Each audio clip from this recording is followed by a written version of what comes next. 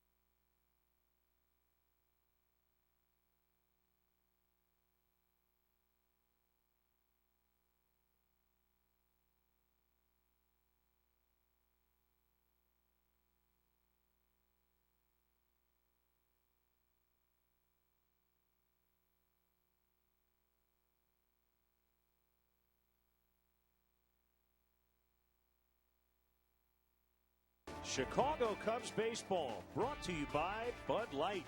It's the sure sign of a good time. Here we go. Honda. Visit your local Honda dealer or go to shophonda.com for current offers. And by AT&T. Find out what's possible with products and services from AT&T. Rethink possible. Well, the Cubs starting pitchers, a collective 2.97 earned run average, second best in the big leagues. And even though they lost 2 of 3 in Cincinnati, the 3 starters were great. Yeah, starting pitching is certainly doing their share for the Cubs so far this year. Wins have been hard to come by, but these 3 guys in Cincinnati were outstanding. Travis Wood continues his great start, as does Carlos Villanueva. And yesterday, Jeff Samardzija, despite the injury, pitched very, very well. Cut his finger, battled through it, just 1 earned run. Great start by all 3 of those guys in Cincinnati. And it'll be Edwin Jackson tonight. He's still looking for his first win. He's got to get it going here. Yeah, and he struggled against the fish in his career, 1-6 with a 6.69 ERA. The good news is most of the fish that he struggled against are no longer fish. That's true. Kevin Slowey, the former Minnesota Twin, had a weird year last year. AAA banged up, but he hasn't won in the big leagues in a while. Yeah, 0-8 in 2011. Not a big leaguer last year. Very little run support. this year. Just 1 run in his 4 starts when he's been on the hill. The Cubs look for their first win ever in this ballpark. They got swept here last year. We'll have the Cubs and the Miami Marlins to kick off a weekend set coming up next.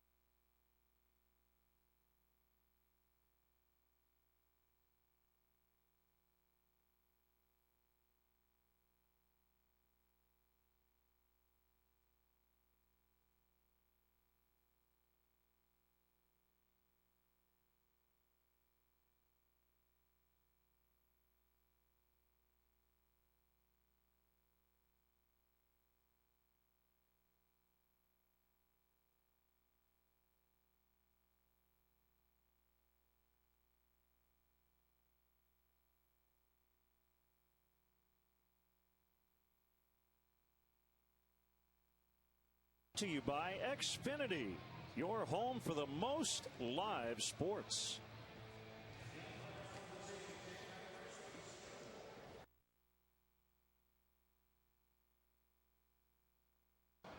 We will get tonight's umpires. Jeff Nelson will work home plate.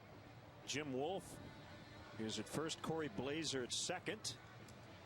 And the crew chief is Jim Joyce. He's at third.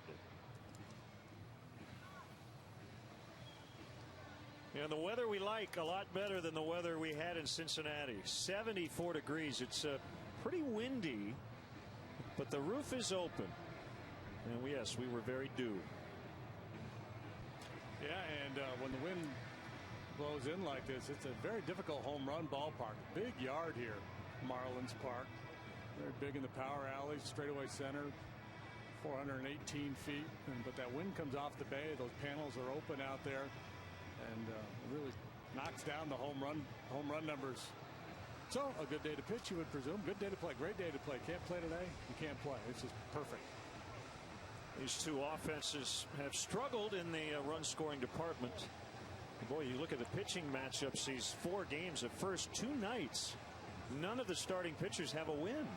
Yeah, and I think in total, the 8 starting pitchers for this 4-game set have 5 wins amongst them.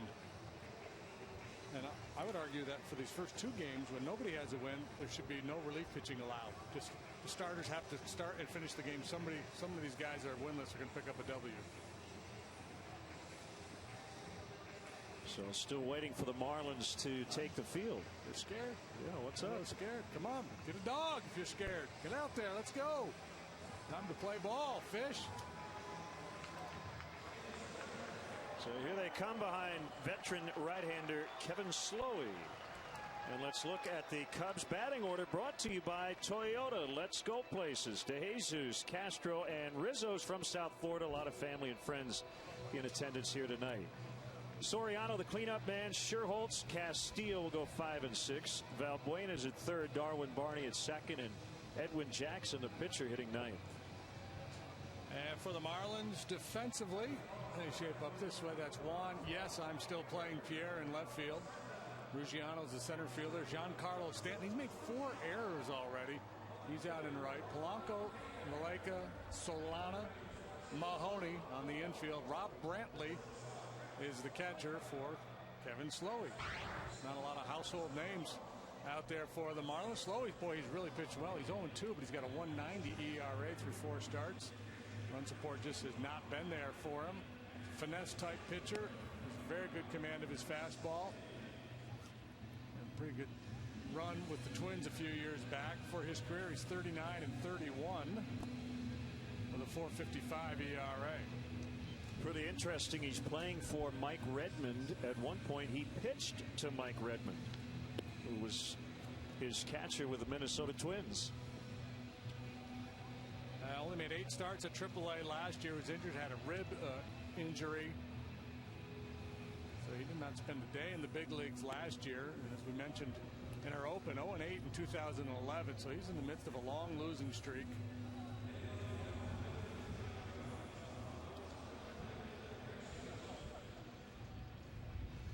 So it'll be DeJesus, Castro, and Rizzo here in the opening inning. Cubs got swept here last year in their first trip to this new ballpark. What a difference. You remember, you guys came here. We came here very early last year. There's a lot of buzz around this team, the new ballpark. You had Reyes and Hanley Ramirez and, of course, Stanton. High hopes, big expectations. They had the crazy home run feature out there. Well, that is still here, but many of those guys are not. And we are underway low for a ball on DeJesus, who has faced Slowey a lot. That goes back to when David was a Kansas City Royal and Slowey was a Twin. 7 out of 20 with a homer and 7 RBIs against him, and he drives this ball out into very deep left center. Hits the warning track, then the wall. He's coming around second. He's going to put on the brakes. That is a leadoff double. Cubs looking to get healthy after a tough stretch of games. 17 consecutive games against teams with winning records last year. And all but one of them were playoff teams last year. Through that stretch, they went 4-13. So looking to get the jump on the Marlins early, and DeJesus does his part, driving this ball into the alley and left center. Talked about this park and the wind suppressing home runs, but a lot of room for doubles and triples out there. Big, spacious outfield. Starlin Castro takes a pitch off the plate outside. Yeah, fastball at 88 miles an hour. It's pretty much where Slowey will sit with his four-seam fastball. He throws a slider, curve, and a change as well. If you have any extra paperweights in your bag, would you pass them over? Stuff blowing around the booth. There's a strike. It's very windy. But I'd rather have the roof open and have it be windy.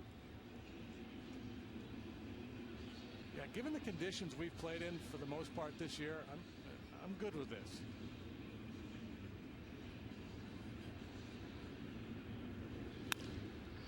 Up the middle and through, and DeJesus will come around third, and he will score easily. 2 batters in. It's 1-0 Cubs. RBI number 8 for Castro. We talk so much about cashing in leadoff doubles, whether it's a get him over approach and setting up the guy behind you. You'd rather have a guy drive him in, and that's exactly what Castro does here.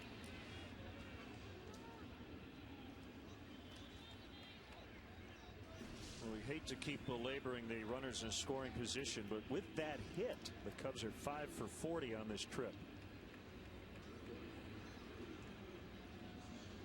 So a few more of those will help a lot. Now Anthony Rizzo, South Florida native.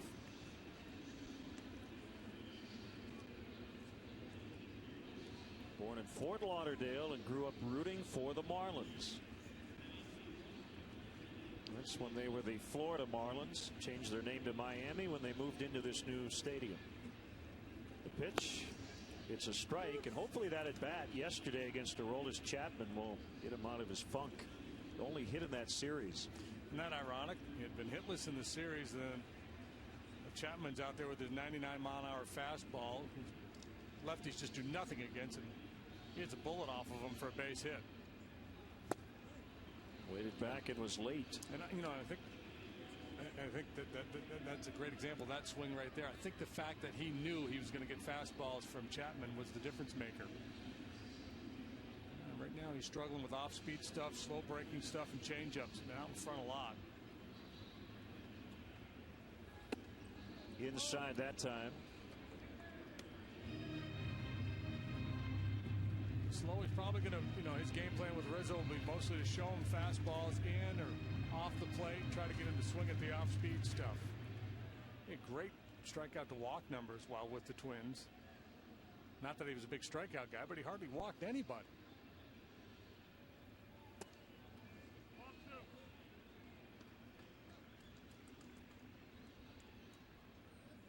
Plenty of seats available if you're in the area. You want to stop in.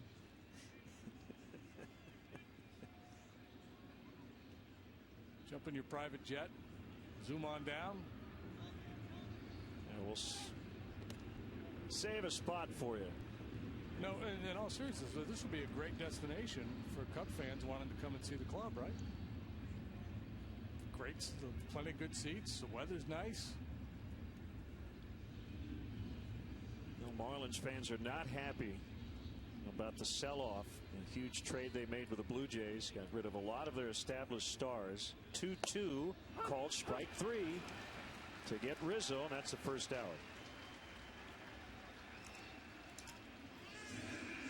Yeah, the Marlins breaking from tradition because they usually don't do the big sell-off until after they've won a World Series. They've done that twice. This time they kind of went for it. It didn't pan out, and then they dumped all those guys. But the difference maker here, and that's a good fastball by Slowey on the inside corner, is that they built this brand new shrine to baseball with a lot of public money. Yeah. Well, we can get into it. We've got 4 days to do it in terms of what's going on here. As Soriano digs in, back in the lineup after being out of the starting lineup for the first time this year. He did pinch hit late, and a key at bat struck out. And he takes ball 1 off the plate inside. You got to separate the baseball side of things from the history of this franchise that you alluded to. And I think what happened over the winter, even if you could make a case baseball wise that the guys they got back in return made sense in terms of their future, you still have to take into consideration the public relations aspect of it. And normally you don't want to do that, right? You want to make your baseball moves separate from the marketing and the PR. You just want to do what's best for your organization on the baseball side, but it's trickier here because of the stadium. That's a called strike.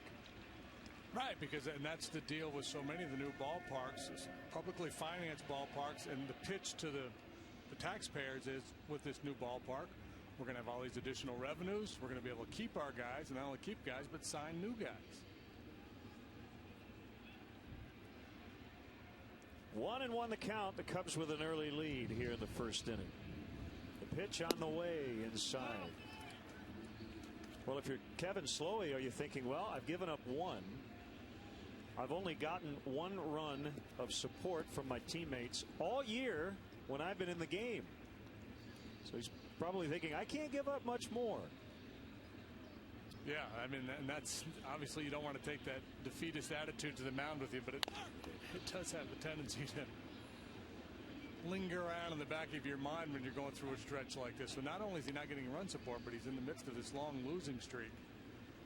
Hard to go out there, feeling really good about things, other than the fact that he's performed quite well this year. So you can take that. You can go out there with that 1.90 ERA in his back pocket and know that he's, at least for this year, held up his end of the deal through 4 starts. A 2-2 count on Soriano. And the pitch. We'll do this count again as it holds at 2-2.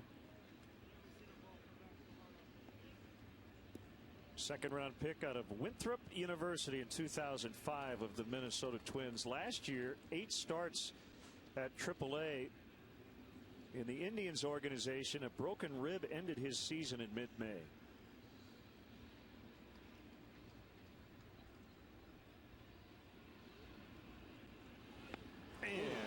Just drilled Soriano. I hope he's all right.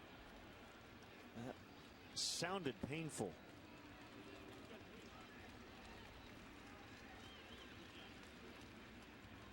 Yeah, I'm not sure where it got. Did they get him in the ribs, or was it down lower? Hit him on the belt. Looked like him right. I think you're hip bone. Yeah, that's going to leave a mark.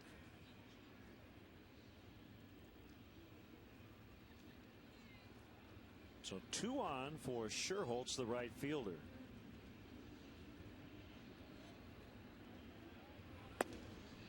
On the outside corner.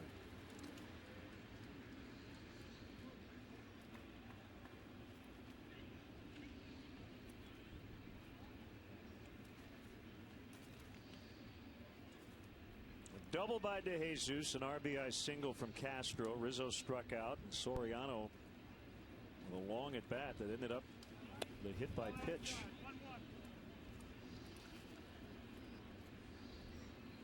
His last full year in the big leagues, 2010, 2010. He made 28 starts, 13-6 that year with a 4.45 ERA. Fly ball pitcher gets a lot more outs in the air than he does on the ground. There's one in the air. Juan Pierre going back right at the edge of the track. He hauls it in for the out.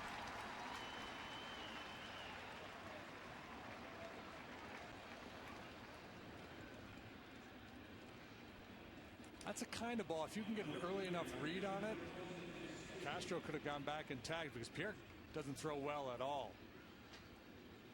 And both runners could have moved up. It's a tough read sometimes. You're not sure if the outfielder is going to settle under that ball or not. It's pretty well struck. But even if it's not caught, Castro's going to score. Even if he's standing on the bag, he's likely to score if that ball's not caught out there.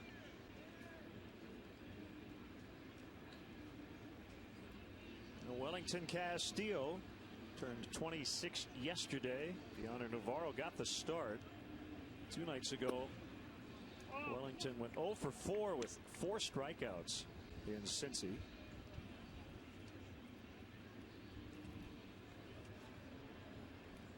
Off to a very good start. Well, and again, you think about how this inning started. Yeah, you're happy to get one, but you feel like this is an inning you like to hang a crooked number. You got a finesse pitcher on the mound, on the ropes a little bit, trying to pile on before he gets settled in.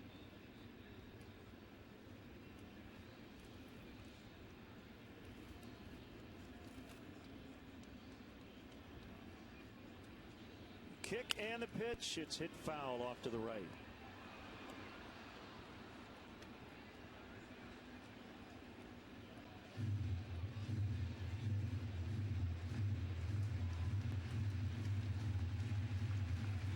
Slow, he's been at his best so far this year, though. He's been able to pitch around traffic. Opposing hitters hitting 175 against him with men on base. Sharply hit ground ball to Valleca. Chris Valleca, the shortstop, gets Castillo, and that's it. Cubs get a run, though. DeJesus starting it off with a double, and then Castro knocking him in. Cubs 1, Marlins coming up. Spanish, Asian, Indian, Jamaican, black, white.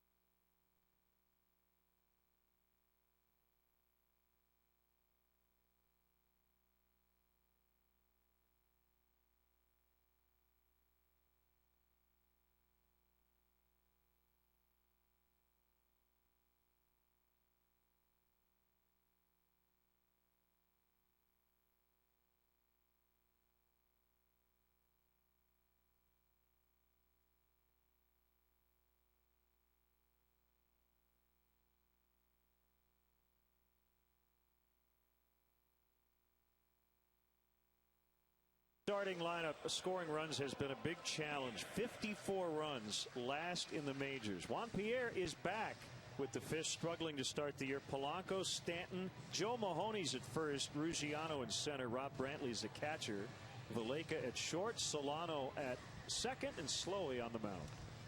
Cubs defensively is brought to you by Toyota. Let's go places. Let's go around the horn. Let's take a look at the outfield first. Soriano, De Jesus, Shearholz, left to right. Valbuena, Castro, Barney, and Rizzo. On the infield, Wellington Castillo is behind the plate for Edwin Jackson. He's looking for his first win this year. He's 0-3. Despite some pretty good starts, 4.84 ERA overall. The club is 0-4 in those 4 games. Last time out, he was victimized by a little sloppy defense in Milwaukee.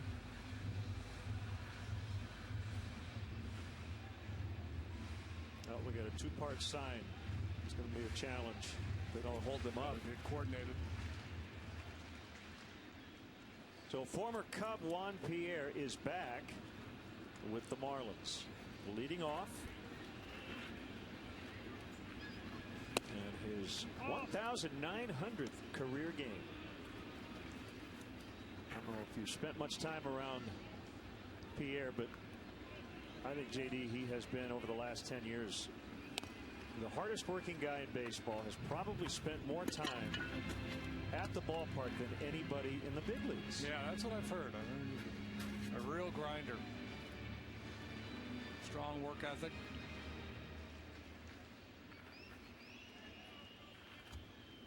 It's only 35.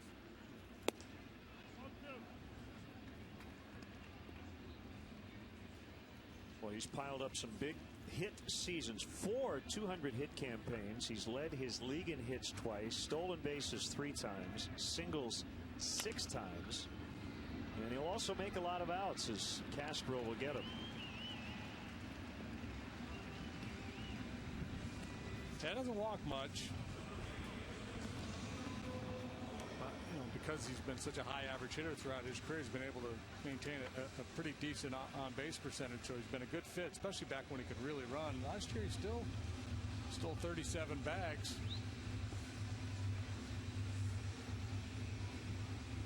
Placido Polanco, talk about contact guys, the best in the business at the top of the Marlins order. Juan Pierre, the active leader in plate appearances per strikeout, and right behind him is Polanco, takes strike 1.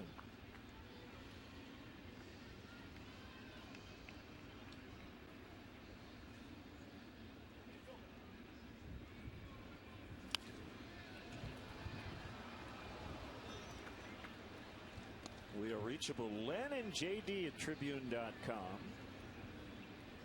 Facebook.com, Twitter.com. All the .coms are covered. My partner is petitioning for JD and Len. I don't know if that domain name has been taken. We'll get 2 separate accounts. And the 0-2 just missed. So what'd you do today? We're staying over on the beach, and nice day.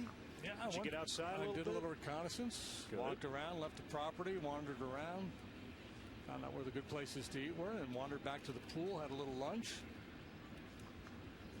Went and stood out and looked at the beach. Thought, that looks good. Maybe tomorrow. Maybe a little coffee on the beach tomorrow. I'm not going to go run the beach like you do. It's not part of my program. Right. Well, you do come down here, especially this time of year, and for part of the time you're here, you feel like you're on vacation. But for the Cubs, it's about getting back on track and winning some of these close games. Well, they have this 4 games. So there we are. There's the beach. You'll probably see Len's footprints in the sand.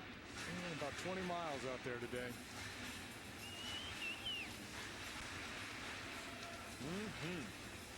I was the guy with the floppy hat and the metal detector. With the jean shorts and the black socks. That was me. 3-2 on the way is high. Ball 4. Yeah, so, we talked about that tough stretch that they're just coming off of. They got 4 with the Marlins. Then the Padres are in for 4. chance to get healthy. Not that, you know, those clubs are probably thinking the same thing because they're playing the Cubs and they're looking at the Cubs record. But no doubt that the schedule is softening a little bit here for a few days, and you want to take advantage. It's like, you know, you've been doing the Sunday crossword all the time, and now you go to a Monday USA Today crossword. Here's Stanton, and he takes a strike at the knees. Yeah, the Padres off to a very, very sluggish start. They're not pitching. That's something that they always count on in San Diego, and they're not getting it. Swing and a miss on a slider. Well, that fits the description. We were talking to some folks here, and they said he's been swinging and missing at sliders a lot. He pulled off of that one. But, you know, probably not panicking because look at where he was a year ago. Hadn't gone deep by then either. Ended up with 37. Led the majors with a .608 slugging percentage last year. That ball just hit so hard, Castro could only get a glove on it, but could not corral it. But he was hurt. Was he hurt early last year? He had right knee surgery, I think middle of the year. Okay. Missed about a month. Yeah, he is so strong. The ball just comes off his bat with a little more juice than the average guy. Now, in one of the opens you didn't see, I called him Mike. He is Giancarlo Cruz Michael Stanton. He used to go by Mike, but I think it was last year he told everybody he would prefer to be called by his real first name, Giancarlo. That's much cooler, right? Yeah, that's a brand name. You can become Giancarlo Stanton. And he wasn't the first Mike Stanton in big league history, so yeah, a little more unique, I suppose. Joe Mahoney, the first baseman, takes ball one outside. The Marlins have some injuries they're dealing with, including Logan Morrison, coming off knee surgery. He'd normally be at first. Adeiny Echeverria would be their shortstop, but he has a bruised elbow, and they've got a couple of starting pitchers out as well. Nate Eovaldi and Henderson Alvarez. I was talking with their manager, Mike Redmond. He said, you still have to play. Everybody has injuries, not an excuse. Yeah, you're absolutely right. But, you know, we talk a lot about advanced statistics in WAR, wins above replacement. Seems like the Marlins have a lot of replacement level players. Hit foul by Mahoney. You know, good, solid AAA guys. Probably really would have a hard time sustaining everyday play in the big leagues for any length of time. Mahoney probably fits that bill. He's 26 years of age now.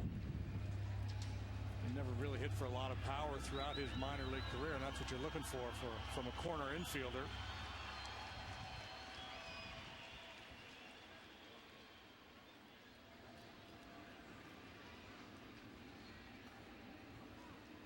Jackson with a 1-2 offering, and it's hit foul, third base side. Joe Mahoney was born in Albany, New York. Went to the University of Richmond. Former Baltimore Oriole. Spiders.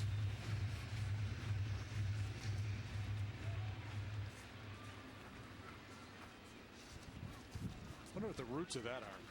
Why that school nickname would be the Spiders. Yeah. Probably some historical relevance to that. That one just served into left for a base hit. Joe Espada, the third base coach, is going to stop Polanco. And they're loaded up for their #1 home run guy here early on, Justin Ruggiano. Big inning has been a problem for Edwin Jackson so far this year, and he's faced with an early crisis. Bases loaded, just one out. Ruggiano's hit 3 of the Marlins' 6 home runs on the year. He's a good fastball hitter, and as you look at this swing of the bat by Mahoney, that's a good approach on a fastball off the plate away, just to poke it into left. I think with 2 outs, Espada likely takes a shot and sends Polanco with 1. He's willing to hold him up and not take the chance.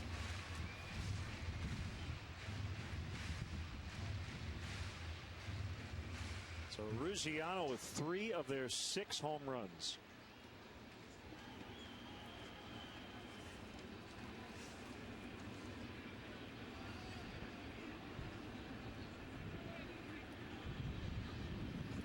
Swing and a miss on a slider.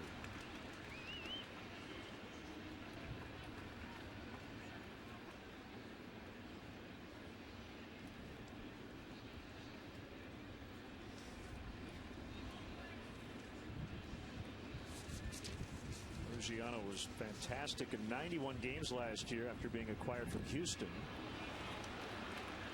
0-2.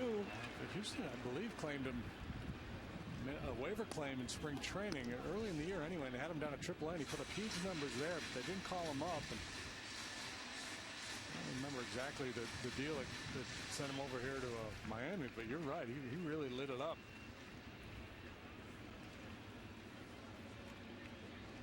313 with an OPS of 909. Jackson's 0-2, and he struck him out. A big second out for Edwin. Under duress, the pitcher will lean on his best pitch. For Jackson, it's the slider, and he threw a couple of dandies in this sequence to Ruggiano. That one disappearing out of the zone.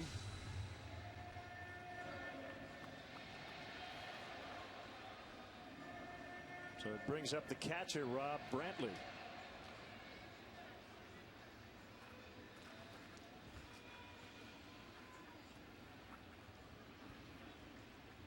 Left-handed hitter, and he takes a pitch low for a ball.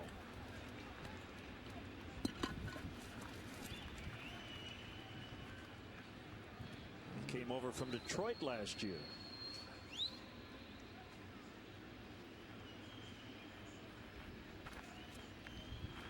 Getting an opportunity to claim the job as the #1 catcher here, just 23 years of age.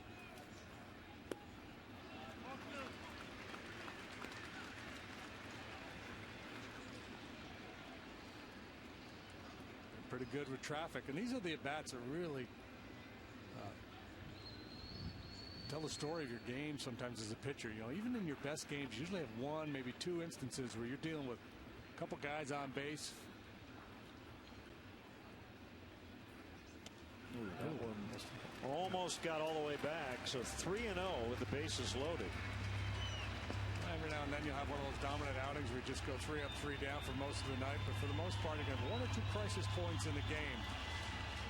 Tough hitter, base runners on. Got to make a pitch. He's got to make a couple of pitches because Brantley, in all likelihood, will be definitely taking here.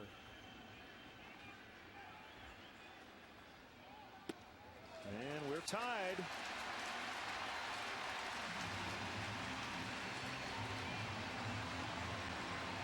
But Brantley gets an RBI and doesn't have to swing the bat.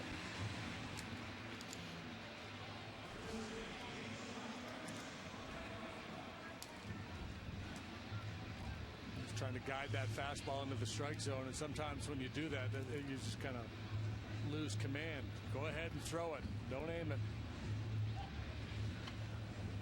Chris Valleca, you may remember him as a Cincinnati Red. Third-round pick of the Reds in 06. 49th pitch of the first inning combined, and it's a called strike. Slowey had to work hard. He gave up a run. Jackson forcing in a run with his second walk.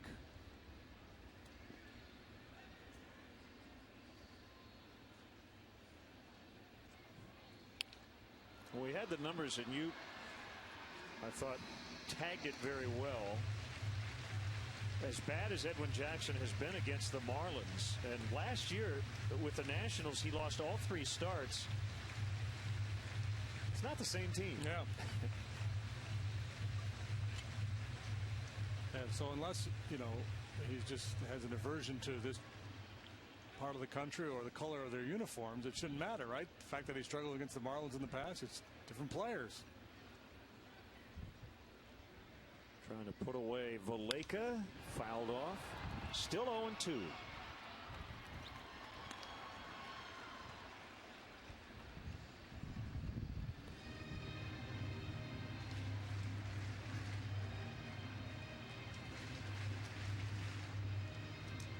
Solano on deck.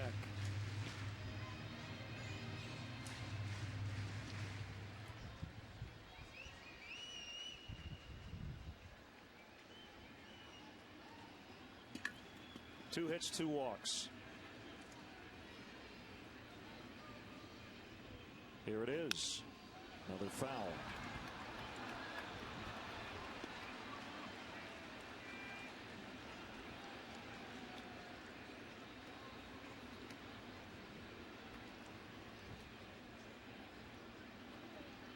He throws his changeup some to left-handed hitters, but primarily he's a fastball slider guy, and certainly to right-handed hitters. I think he would be well served if he could come up. I mean, there's a softer breaking ball, something with a little different look to it might serve him well.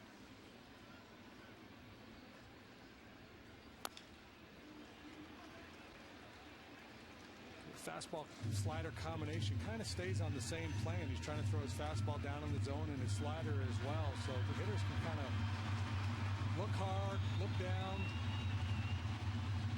So if you're trying to finish off a hitter here and you have his stuff, you've got to either go off the plate with that slider, bounce it, trust your catcher to block it, maybe elevate a fastball, go way up, see if you can get him to chase.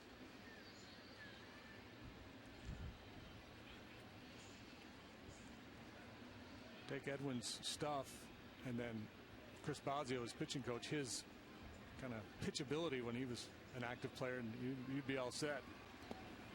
Good knockdown by Castillo. Jackson up over 30 pitches.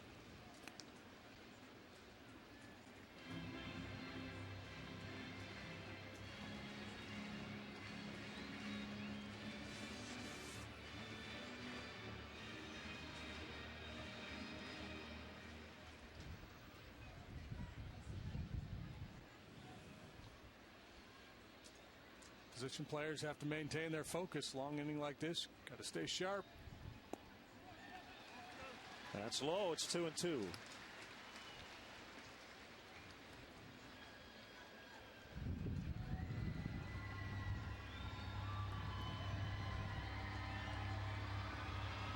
Especially in the outfield, especially near the Clevelander club.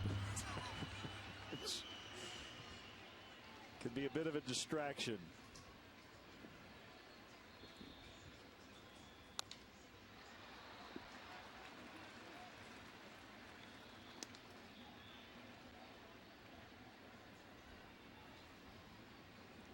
This is the inning that will not end for Edwin Jackson.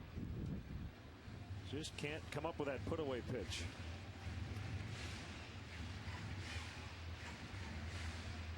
Yeah, and that's why I was thinking maybe elevate a fastball. Of course, you'd prefer to, get it done here, not go full. I'll be moving on a full count pitch if you get to there. And we've gotten there. He has run out of bad ones now. And to me, that's a pretty good example of what I was talking about. The ability to lay out. This is a swing and miss slider here. That's not a bad pitch, but because so many of his pitches have kind of looked the same, easier to lay off. Everybody will be on the move with 2 outs and a 3-2 count.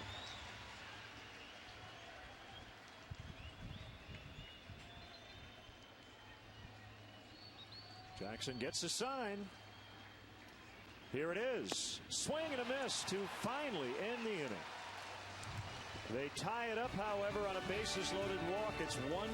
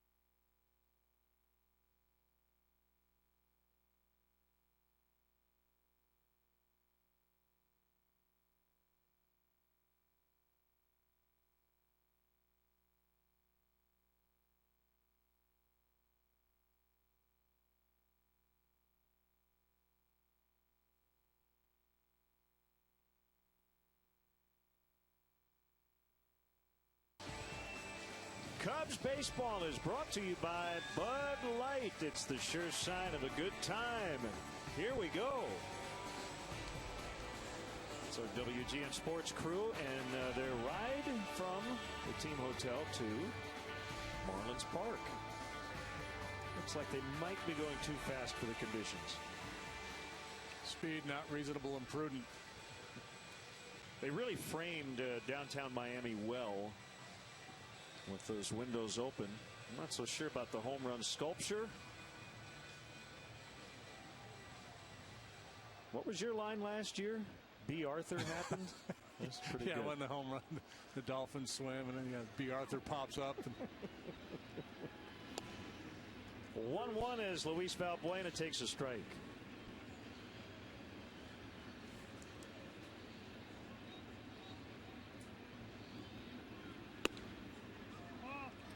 One and one.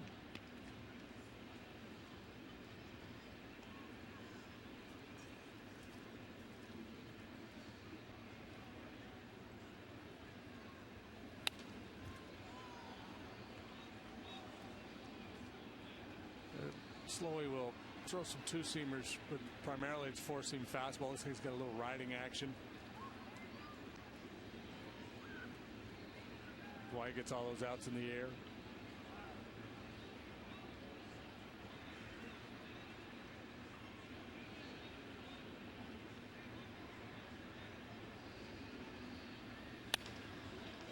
That will land foul. Nice play. Pretty slick down there. He made a couple plays. He's very cool too. Very nonchalant. Nothing to it. He can play a little bit. He didn't even get off his stool.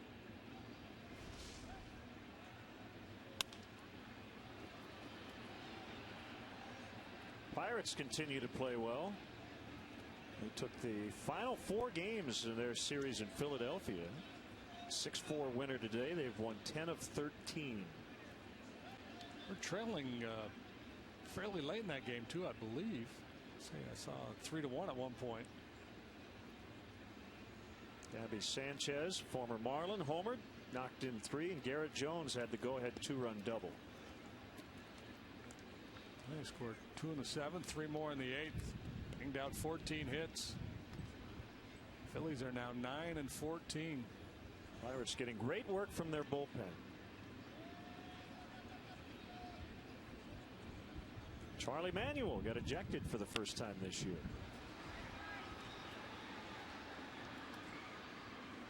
His average is about 4 a year. 4 for Charlie? Yeah. 51 in his 12-year career. That's not bad, is it? 4 a year? Yeah, it's not Bobby Cox. Well, Bobby was like at what, 130, 140? But managed a lot longer. Yeah, so that's true. Popped into right. And it's the second baseman, Solano, for the out. Cubs fan, if you want to manage the game along with Dale Swaim, log on to WGNTV.com right now and click on the WGN Sports Game Zone banner to connect to all the up-to-the-minute stats and information while you're watching at home. Game Zone is sponsored by the Great Escape. Pools, patio sets, play sets, hot tubs, even more. Darwin Barney, the second baseman. Cubs with 1 win on this trip. He had the game-winning homer. Slowey off the mound quickly and able to make the play. And weird reaction by the Marlins pitcher. He's hurt. Grimace. Yeah. He reacted funny.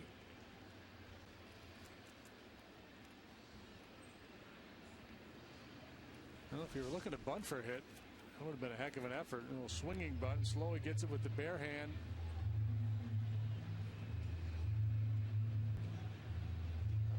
Nobody coming out of the Marlin dugout, so they're not overly concerned.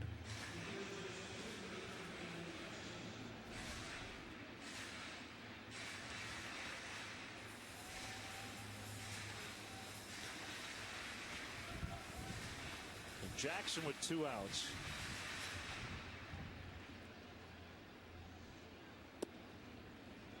Fastball strike. And we're 1-1 going to the 9th in New York. The Dodgers got 2. The Mets got 1. And so the Dodgers win 3-2.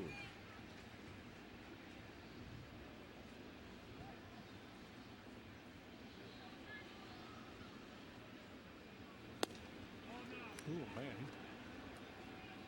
Pounding the bottom of the strike zone with that fastball.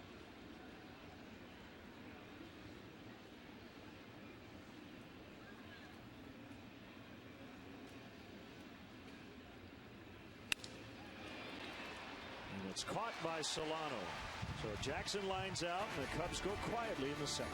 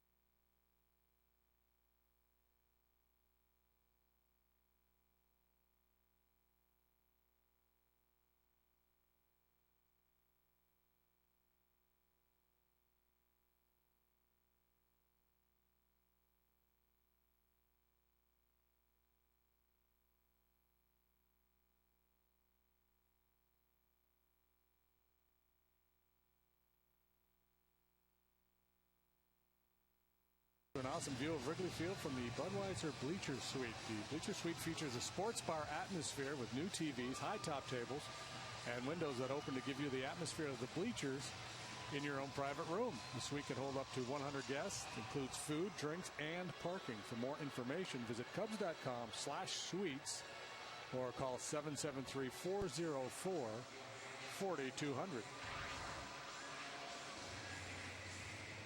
A 1-1 tie as Jackson tries to settle in.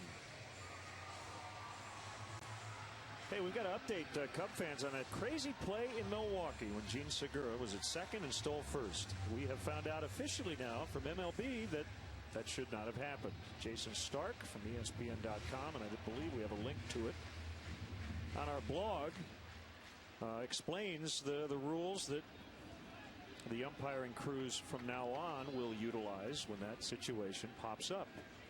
Essentially, if you're at second base and then the next pitch is thrown, under no circumstances are you allowed to run in the opposite direction. Can't go to first. Yeah, it's not like football where you can lose yardage. You can't go backwards. Line in the right. Donovan Solano is aboard. And don't forget to check out Len and JD's baseball blog at WGNTV.com. Sponsored by Jeff Vukovich, your nationwide insurance agent, serving the area for 34 years. To join the nation, contact Jeff at JeffVuk.com. Nationwide is on your side. My post is about the new Miami Marlins manager, Mike Redmond.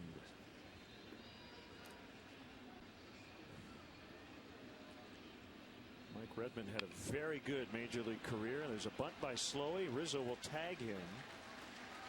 Redmond was essentially a backup his entire career, but his managers would always match him up against left-handers. And it didn't matter if it was a future Hall of Fame left-hander.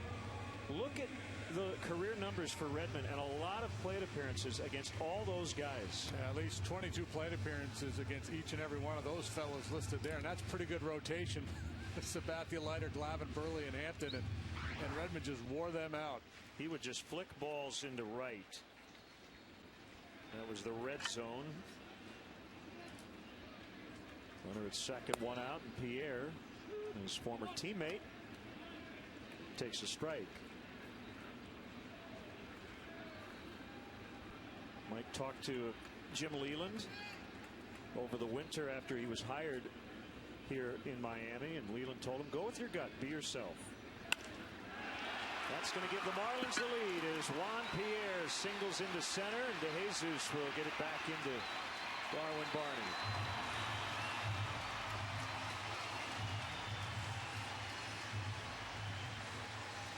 Good execution by the Fish. Solano with the outfield single. Slowey gets him over. Pierre lines this base hit. And you see how shallow and David was playing the other way for Pierre. This ball almost splits the gap there, and he probably would have ended up on third base. But DeJesus able to cut it off and hold him to a single. Pierre 3 out of 4 in the stolen base department. He's 6 away in his career from 600. Stole 68 bases as recently as 2010 with the White Sox. And Jackson will fire over. Well, they got a great double play, or excuse me, hit and run combination here with Polanco and Pierre. Polanco's such a good handler of the bat. You might not want to play hit and run if you feel like Pierre could just straight steal the base. I have a feeling now he's going to hit into a double play. Yeah, you misspoke. Yeah, that was in my head. It was right.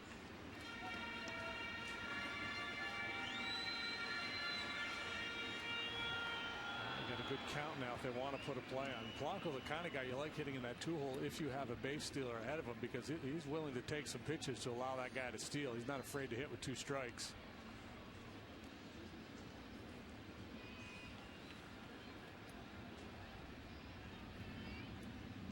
Pierre runs, got a great jump. Castillo doesn't throw. I mean, Pierre studies pitchers, knows their tendencies, and I think probably gets the biggest lead of any base stealer around. He just knows how to do it. You know, you talked about his age and the fact he's been around a long time, 35 years of age, and usually when you get around that age, the legs start to go a little bit. Speed tends to decline faster than power in this game, and Pierre's game is all predicated on his speed. Obviously, he could still run. And now it's 2-0 on Polanco.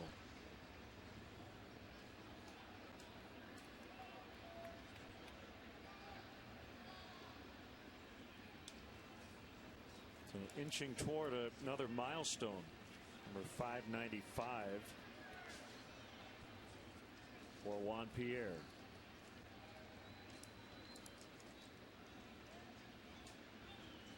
He would be the 18th player ever to get to 600. He just passed Dummy Hoy for 18th on the all-time stolen base list. Are we assuming Dummy was a nickname? Yeah, he was deaf. I mean, that's back in the day when political correctness wasn't, so the guy couldn't hear if he was dummy. That probably wouldn't play real good now. No. And Pierre just stole third as Polanco had to tumble out of the way on ball 4.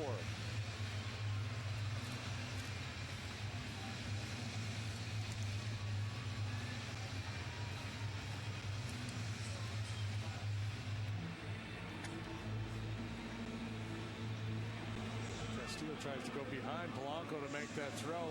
Ultimately does not throw the ball.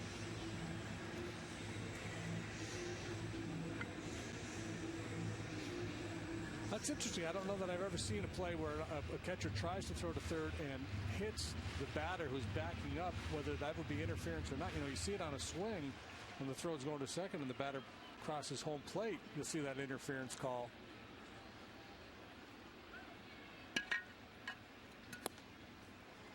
Slider for a strike. By the way, Morey was William Ellsworth, 5'6", 160.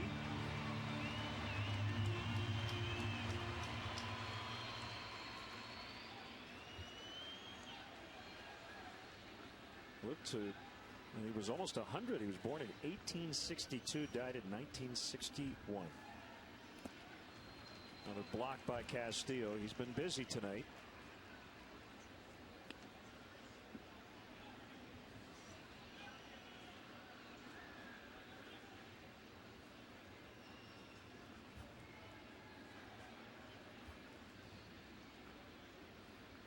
So according to legend, he was the reason umpires used hand signals, although that has been disputed by some.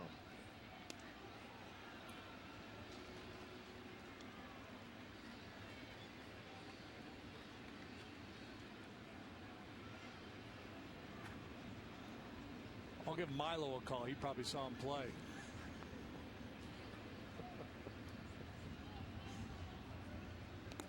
Jackson going over there with intent. Those aren't just show me pickoff moves. Trying to be quick and putting a lot on that throw. Yeah, Rizzo, I think, showing Polanco that kind of hurt.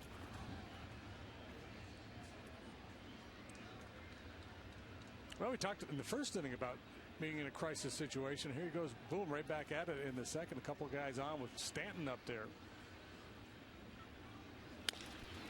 See if they can turn it here now. Castro backed up, and that'll only allow them to get one. So Stanton gets an RBI on a fielder's choice. It's 2-1. I think Castro backing up is a function of the first ball that was hit. You know, you hit it so hard in that first inning. And I think Castro was bound to determine the ball's not going to get by me this time.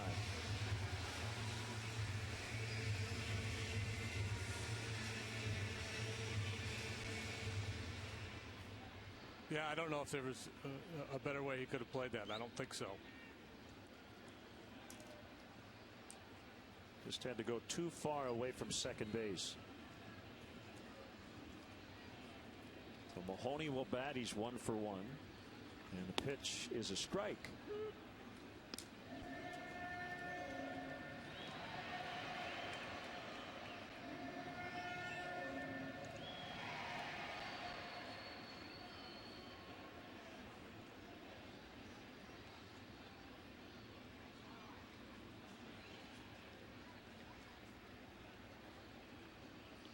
Jackson ready, hands high in the set position. This is golfed high in the air, not deep, left field, and it's Soriano coming in to end the inning.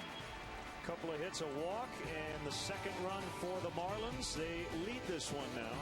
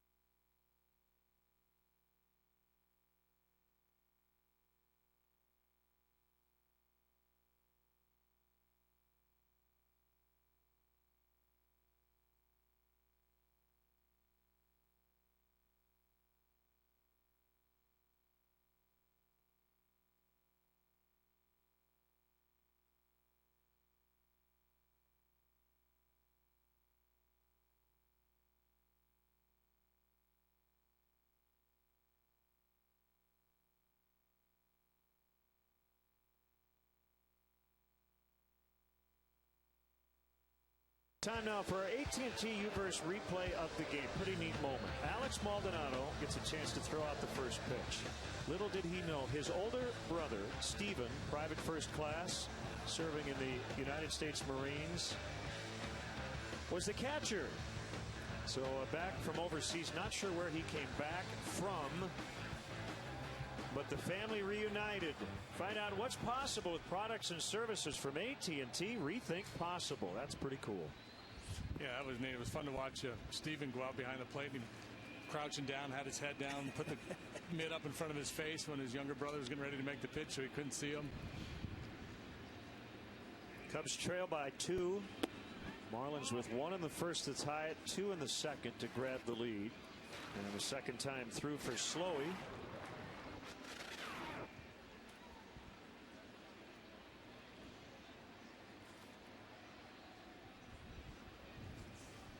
Slowey facing the Cubs for the second time in his career.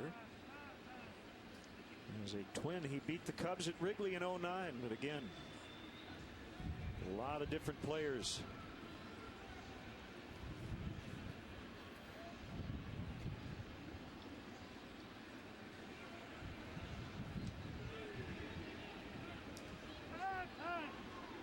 A long time there to make up their mind.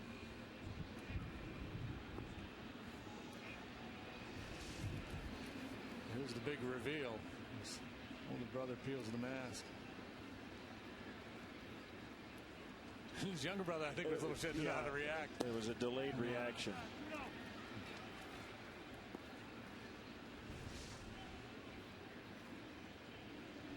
Cool stuff.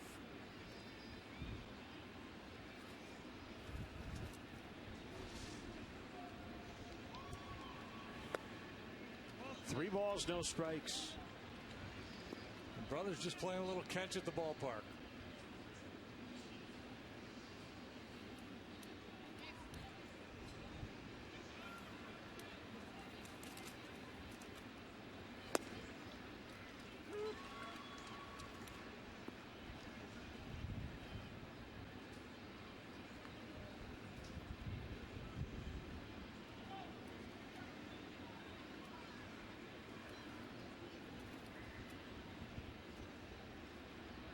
There it is. 3-2.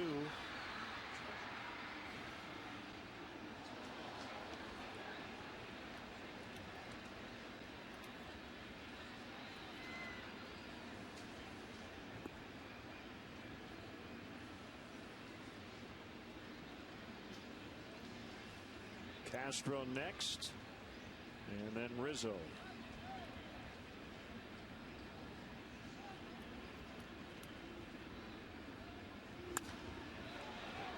Hit hard but foul. 8th annual Cubs Charities Race to Wrigley 5K run presented by Athletico. It's coming up Saturday, May 11th. Starting at Wrigley, participants will run around the neighborhood and finish under the legendary marquee. This year, runners who raise $1,000 are able to run a post-race victory lap around the warning track. If you raise $500 or more, you can enjoy brunch inside the ballpark. Following the race, go to racetorwrigley.com. Mahoney to Slowey, and DeJesus is retired. Another good lengthy at bat by DeJesus. Put a couple good swings on Slowey, yanked that fastball foul, and then Slowey came back and made a good pitch with the changeup and got him to roll over.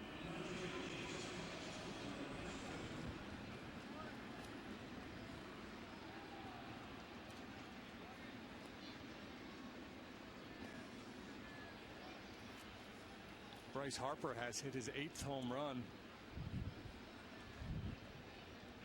And the Nationals lead Cincinnati 6-0. They're in the middle of the 4th. Espinosa's also gone deep for Washington. I suspect Harper went off the board pretty quickly in fantasy drafts this spring, huh? Yeah, I would guess. Harper and Trout and Cabrera be right up near the top of that list. Castro to right. Stanton not playing deep. Pretty easy play for him.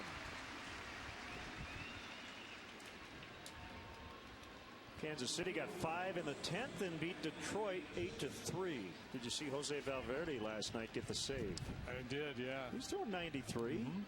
Boy, he takes a long time. He's Jonathan Papelbon-like at this point. Time, yep. Grand slam by Alex Gordon in that 5-run 10th. That's the first place Kansas City Royals. Justin Verlander has a thumb blister and had to leave early. And a home run for the family.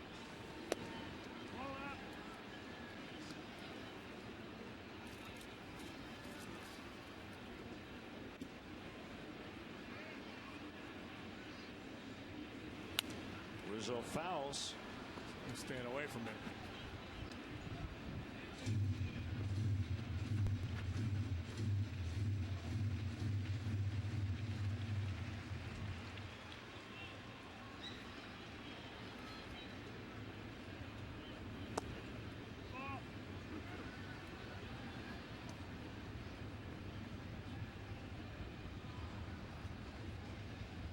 Soriano will only bat if Rizzo reaches. Swing and a miss to end the inning. Slowey has settled in nicely. 8 in a row. He's retired. And he's leading 3-1.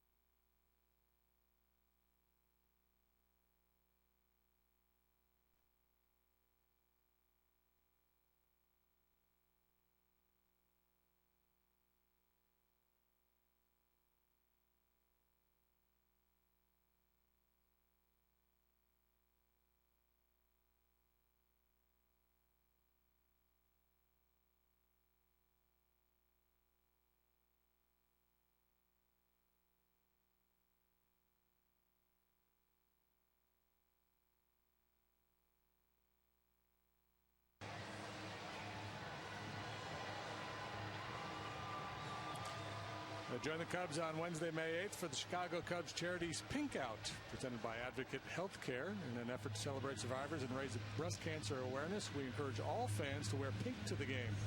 All fans in the Budweiser bleachers will receive this unique pink Cubs hat as they enter the gates.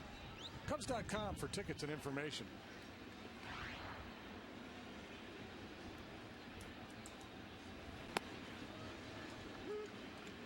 Slow breaking ball for a strike. Justin Ruggiano struck out with the bases loaded in the first. Rob Brantley would pick up his teammate with a walk.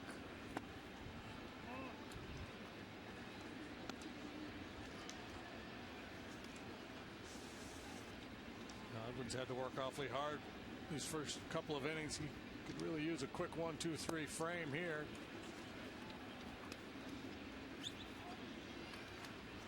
It's a bit of a threshold for the Marlins. 17 times in their first 21 games they've scored 3 runs or less. 13 times it was 2 or 1 or none.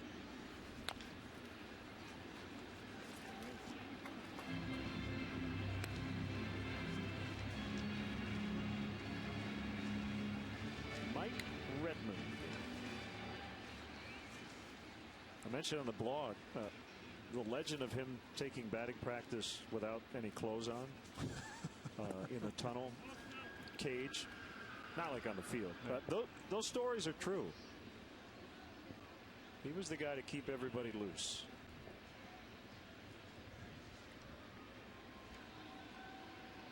Had been managing in the Toronto minor league system prior to coming back to the Marlins. As Ruggiano whiffs strike 3. 94 with sink that time from Jackson. It's pretty nasty here. Wow. Yeah, you need those guys. You need a couple guys on your club that can keep things loose when the ship is sinking a little bit. Gotta have a little fun. Brantley tied the game with that bases loaded walk. And on the outside corner for a strike, Perry Hill, longtime infield and first base coach, back with the Marlins.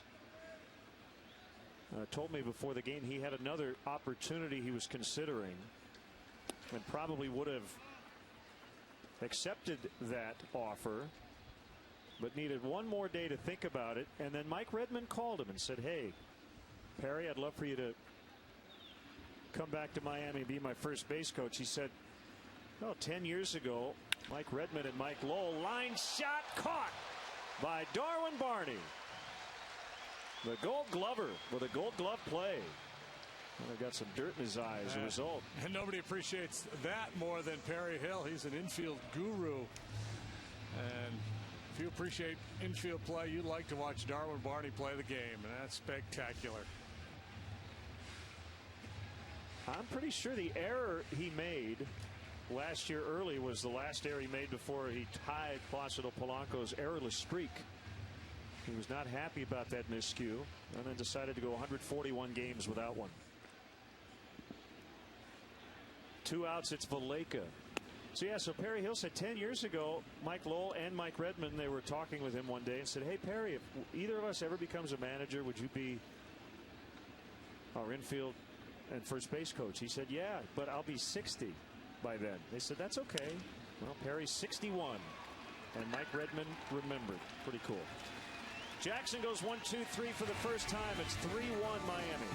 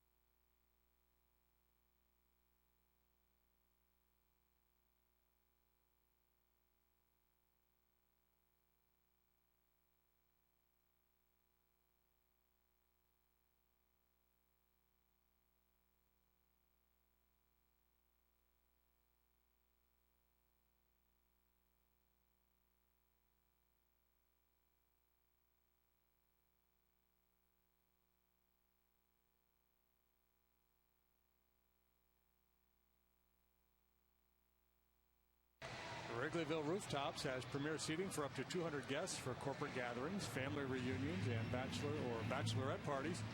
Individual and group tickets are available for all games. For more details, go to www.wrigleyvillerooftops.com or call 773-248-ROOF.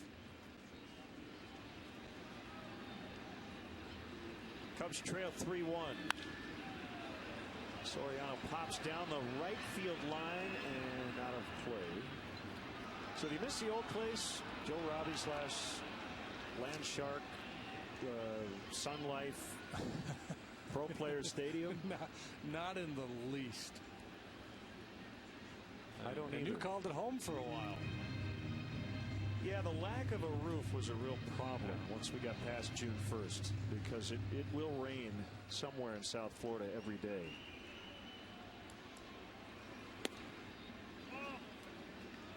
And you get past all the other stuff surrounding this franchise. This is a very nice ballpark.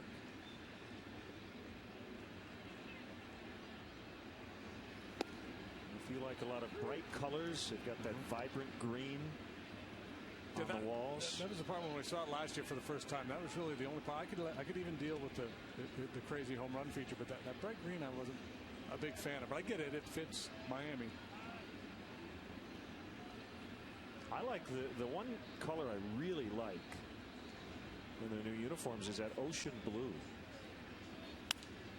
Yeah, I like the really fits. Yeah.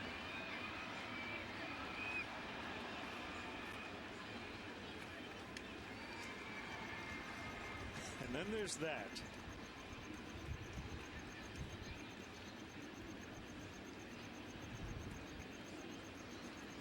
It took a while last year, too, before somebody launched a home run for them. I think it was about 4 months.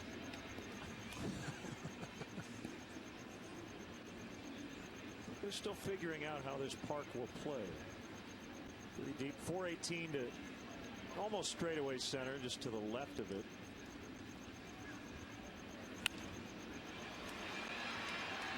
And again, roof open, closed, panels open, closed. Very breezy tonight. Not a factor with the roof and the panels closed. And they really don't let temperature dictate. It's just if there's rain coming, then they'll close the roof. But on hot days, they'll roll it back and want to play outdoor baseball. Short right, and Solano waves off Stanton.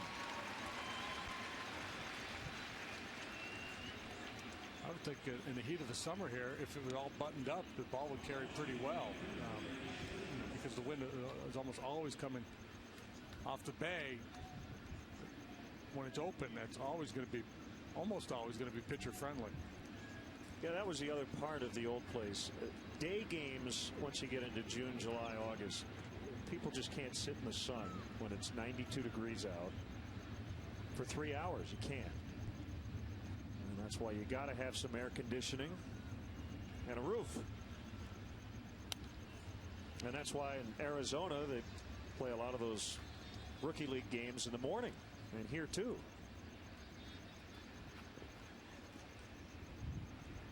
Yeah, I spent a year in the Yankee organization back in 1983 playing in Fort Lauderdale. That was miserable.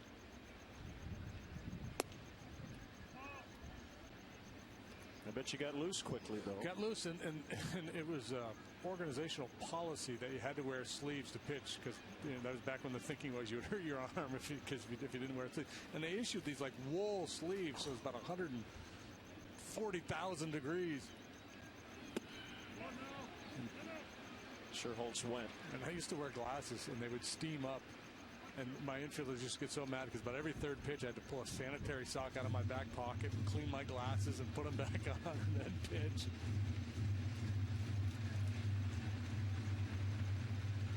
And that was the Miami Marlins were in that league. That's Florida right. State League was a long-time minor league franchise here.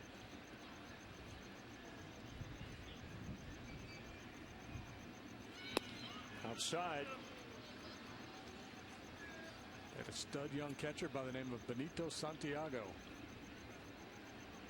Satchel Paige actually pitched for the Marlins back in their first season, 1956. Bill Veeck recruited to help launch and promote the club, and they would play in that Florida State League for a couple different stints, as you alluded to.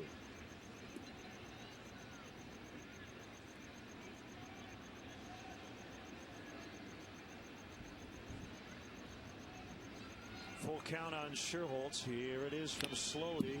Just got a piece of it.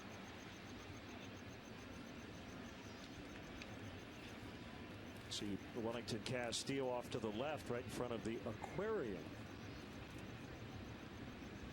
Oh, I forgot about the aquarium. Yeah.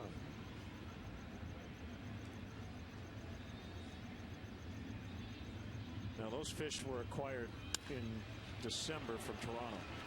As that is off the wall for Sherholtz, and he'll have a double.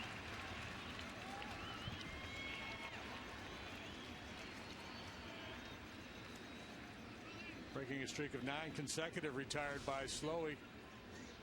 Trying to go in with a fastball, and it's down and in a little bit. And he just buggy whips it.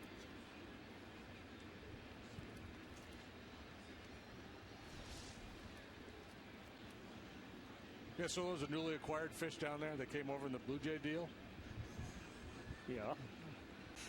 They have to clear customs. I don't think you can import fish from Canada. I don't know. You need some kind of a special. Probably need some fresh water from the Great Lakes.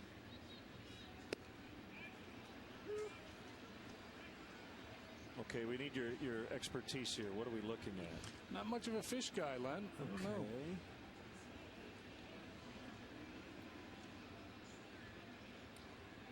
Snapper. Hopefully no piranha or anything. That's a base hit in the left. Sherholtz will score. Castillo on his way to second with an RBI double. 3-2. They're within one. Gotta love those doubles. Both those balls really scorched. First by Sherholtz and now Castillo. Wellington, for a while, had his average up over 400. Came into this game hitting .328. Still third best average among Major League catchers. He stings this one.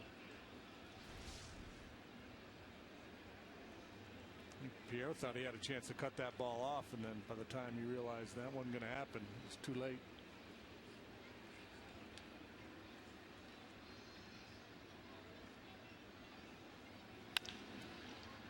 Sharply hit grounder to Solano. He'll get Valbuena with Castillo, the tying run 90 feet away. There are 2 outs.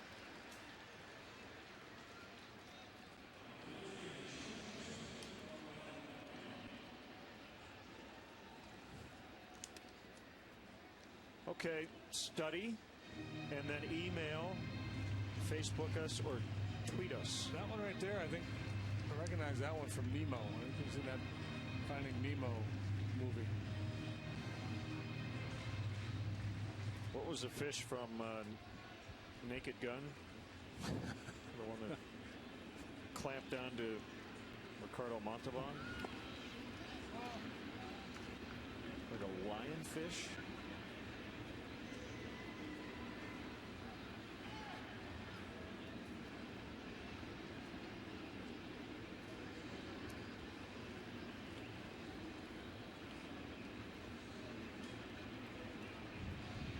There's such a thing as a lionfish? Mm-hmm.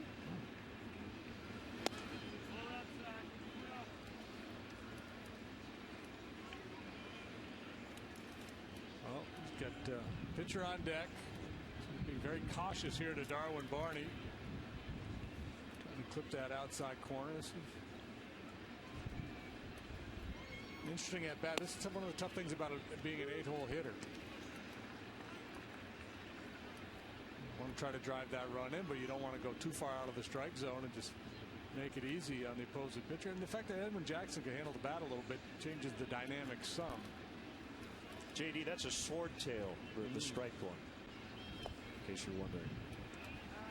3-1 with Jackson on deck. Well, I was a little bit surprised that Slowey was as aggressive with the 2-0 pitch as he was. He pretty much pumped it right in there for Barney. He took it, so be inclined to challenge here 3-1, and this is again with a man on third base, a pitcher on deck. You're looking to swing the bat here.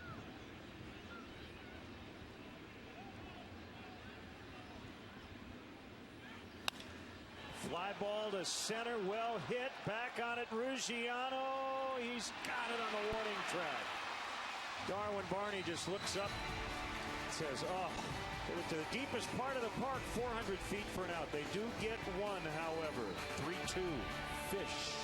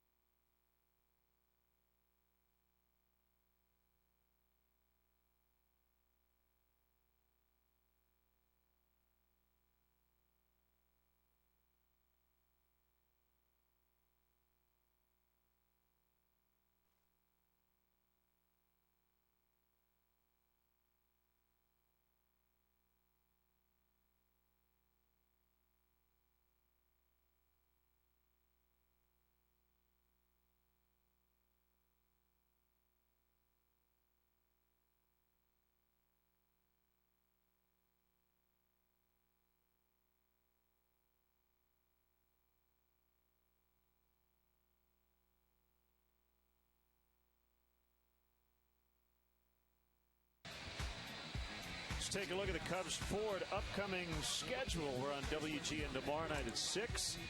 And then this long road trip will wrap up on Sunday afternoon. The Cubs will then be home for about a week and a half.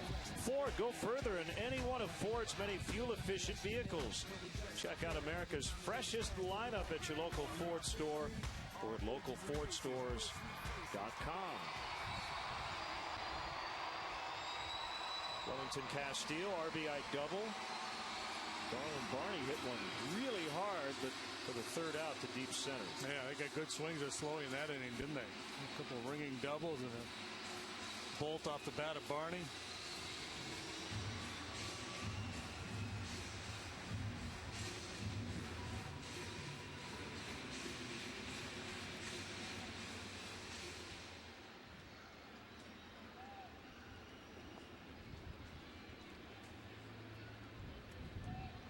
Donovan Solano.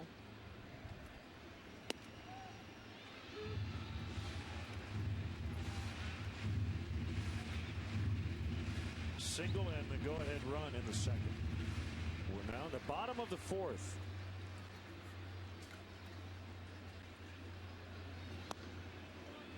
Missed low.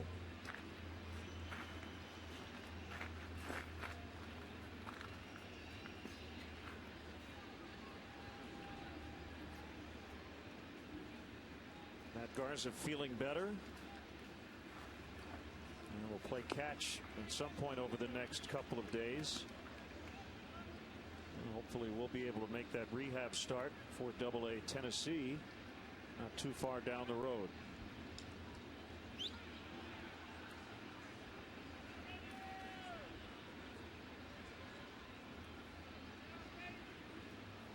The 2-1 pitch. Foul tip 2-2. It's tough when you're hurt and the club's playing. It's one thing in spring training, but once the regular season starts and you're out of action, you're anxious to get back, and you watch the calendar go by and the games come off, and you're still not a part of it. You want to rush, you want to be in a hurry, but you have to realize there's a whole lot of baseball yet to be played. Well, the rotation, believe it or not, has been a huge strength, even with Garza and Baker not a part of it.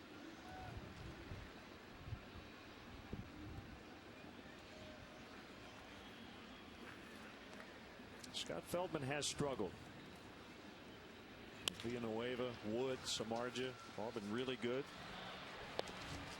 Castro gets Solano. Feldman will face left-hander Wade LeBlanc tomorrow night.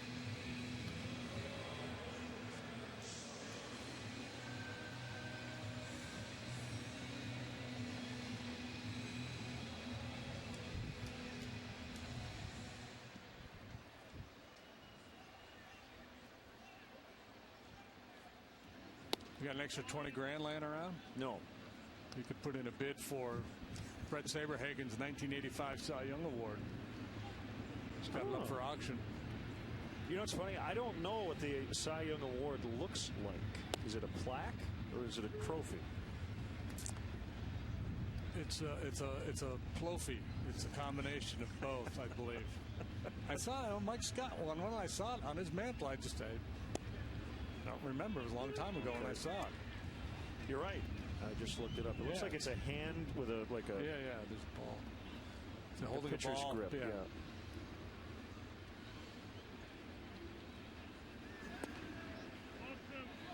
It's also auctioning off his 1985 World Series MVP trophy.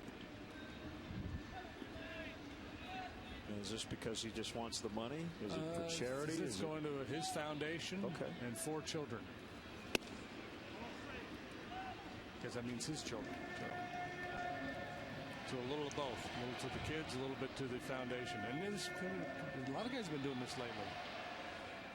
Jim Palmer auctioned off a bunch of stuff not long ago. You thinking about getting rid of yours? Or? You kind of led me there. I'm sorry. It was, everybody gets hurt in good comedy, right?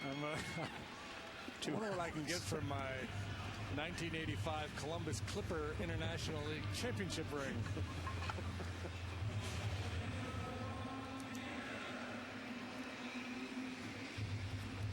7 straight sent down by Jackson, and it's Juan Pierre for the 3rd time.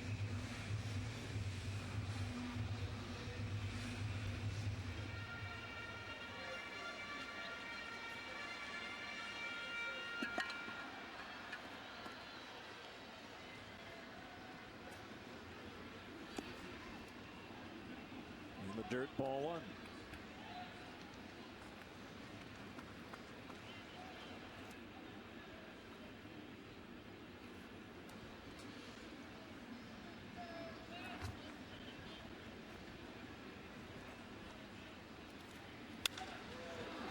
That's what you want Juan Pierre to do if you're Edwin Jackson. Hit the ball in the air. They go down in order in the 4th. It's 3-2 Miami.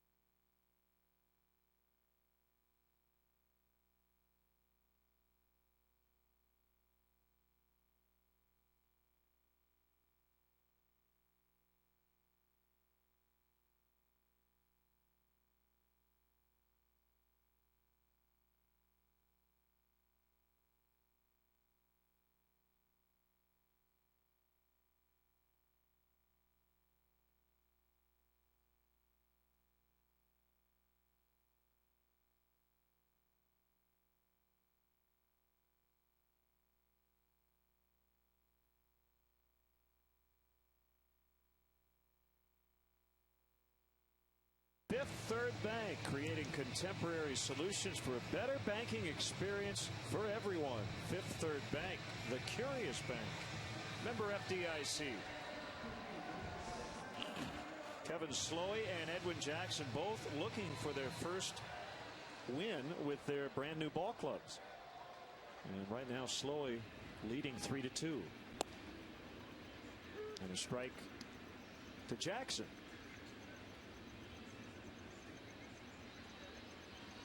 Happy birthday wishes go out to Terry Stark.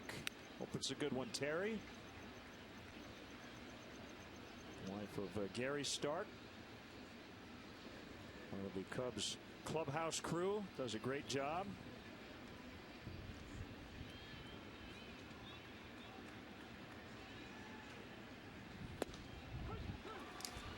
Didn't have to be.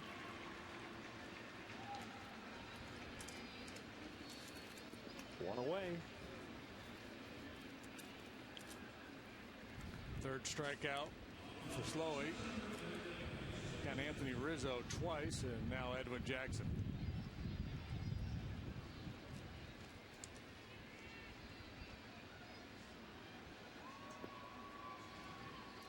And we apologize if you can hear some wind whipping through our microphones throughout the ballpark. It's just really windy today.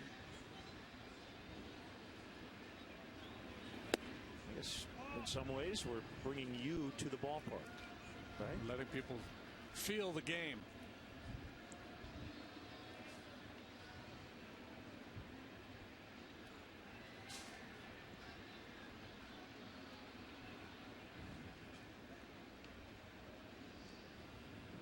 One-0 pitch called strike on a breaker.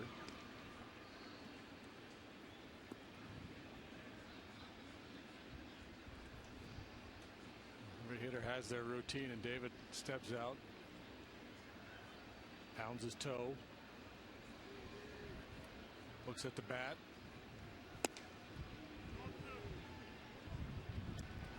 Seems like that would hurt. He's putting up another, you know, it's every at bat for this guy. He's 3-2.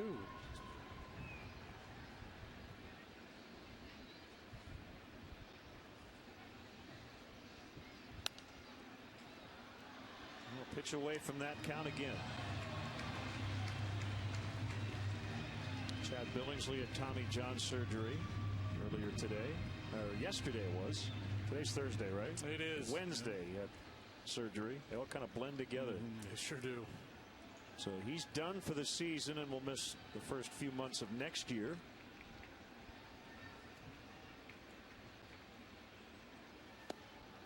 Called strike 3 on DeJesus. Padres, Reds, and Cardinals are all in town during the next homestand, which starts this Monday, April 29th. Come out and enjoy beautiful Wrigley Field. Tickets are available during the entire homestand, including tickets in the Budweiser bleachers. To purchase tickets, visit Cubs.com.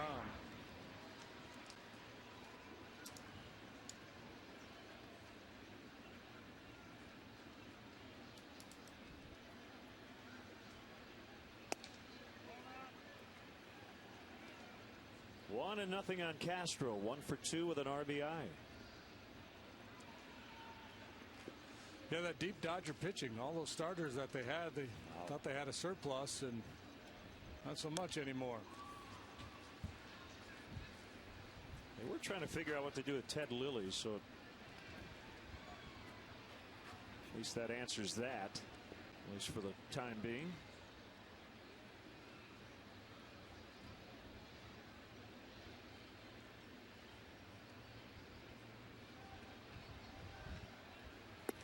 Swung on and missed. Lilly made his season debut last night. Got a no decision against the Mets. 5 innings, 1 run.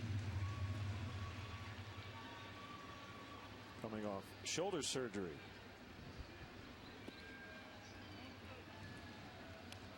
That's the new wave, and it's easier said than done, but I think it's keeping your assets on the field.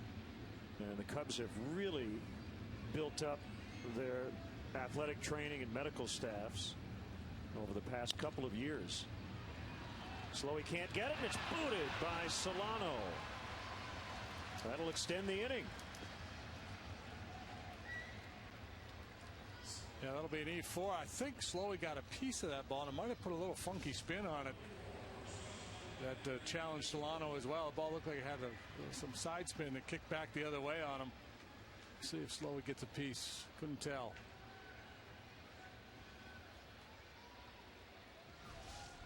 That'll give Rizzo a chance. But that's kind of the one area. You think about it. You know, you've got somewhat of a salary cap, not really a cap, but the luxury tax will keep most teams' salaries below a certain point. You've got draft caps, international free agent signing caps. But in that area, injury prevention, rehabilitation, you can spend as much money as you want. Yeah. And I know it's been written about a little bit, but I really think that's the new frontier. The biomechanics we've talked about. Figuring out the best way to keep your core assets on the field as much as possible. Well, baseball players are better trained, but you know, nutrition. I mean, from a generation ago, it's amazing the strides that the game has made in that regard. You know, it used to be you show up for a day game, there's a box of donuts in the clubhouse, and after the game, maybe cold cuts, hot dogs, and beer. I mean, the players they take care of themselves better now than ever before. And I think that's the whole driving force behind the pitch count. Controversy is not the right word, but you hear so many people talking about pitch counts. It's overdone. It's overblown. Well, by protecting arms, you protect X number of guys. You have more healthy people available to you by doing that. By shutting people down. The whole Strasburg issue last year. Nobody knows for sure what would have happened if they allowed him to pitch. It's just a way of kind of, I guess, better safe than sorry. So the downside is we don't find out who the next Nolan Ryan is, who can throw 280 innings for 30 years or, crazy stuff like that. But if you're a club and you've got all that money invested in these players, you can understand the cautious approach. But that's probably to your point with biomechanics and all the advanced studies. Maybe they'll be able to figure out, based on this guy, what we've seen from this guy in the past, his delivery, MRIs, whatever kind of testing they do. Maybe they say, this is a guy that we can extend. This is a guy that we can ask more of.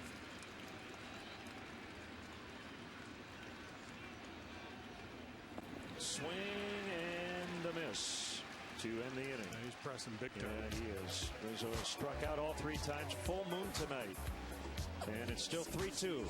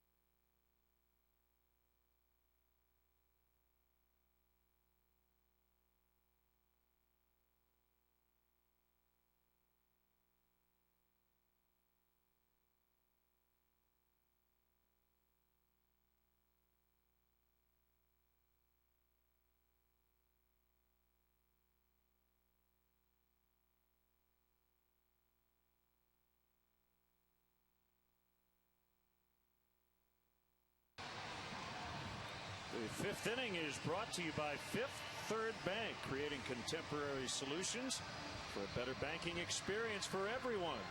Fifth Third Bank, the curious bank. Member FDIC. Three to 2, the Marlins have the lead. Starters have gotten a lot better since the first couple of innings.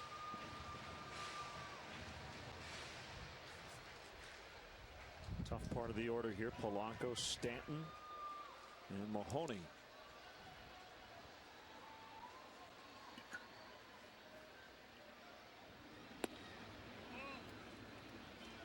Off the plate in.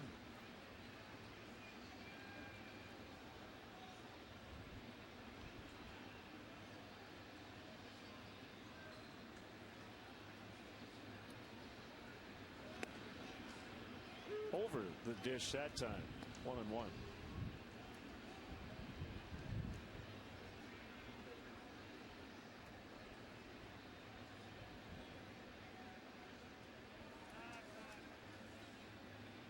Jackson has yet to go beyond 6 innings. And here in the 5th, this will be his 77th pitch of the night. And a base hit. For Polanco, he is on for the 3rd time tonight. 2 walks and a base hit.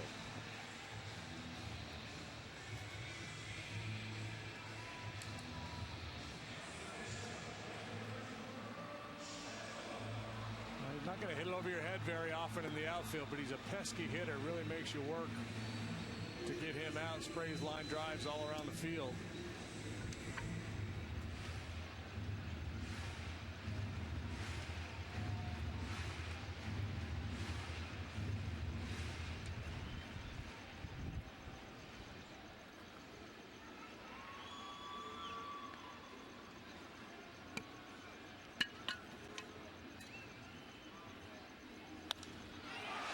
fly to left. Soriano will have room. Well, he took a look back like that ball was going to get way out. Again, you do wonder if the wind maybe holding a high fly like that up in the ballpark. When he first hit it, I thought it was gone. The trajectory of his bat, he's so strong. When you see the ball leave his bat like this, you think home run. But maybe out in front of it just a little bit. Didn't quite center it. And yeah, with that wind coming off the bay, perhaps knocking it down some as well.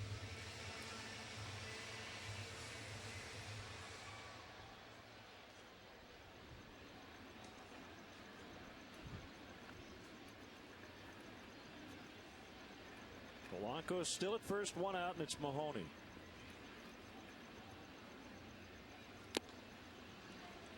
Foul tip, strike one. Well, we're getting a lot of feedback on the aquarium here. I'm sure we could have just asked somebody and they would have given us a list of the fish in the tank. Shane McGuire said the black, white, and yellow fish is called a schooling banner fish. How does he know? He said he Googled it. Oh. I thought we had an expert on it. Yeah, well, we're all experts these days. Everything looks blue, to be honest. Yeah. I don't see any of those colors he's talking about, but Bobby Stinson writes in the smaller ones are damsels. The smaller ones. Okay. That's a fair ball. And Castillo will get the out at first.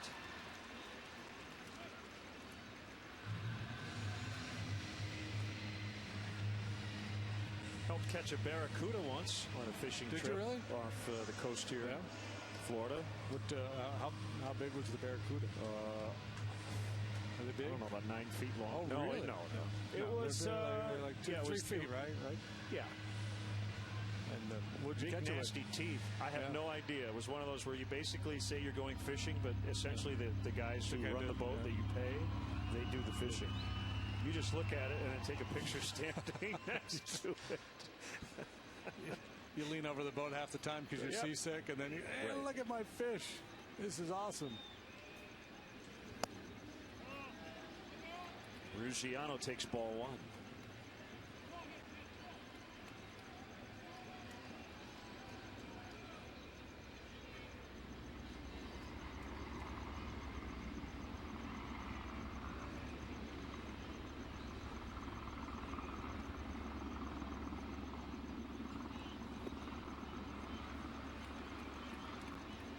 Now 1-1.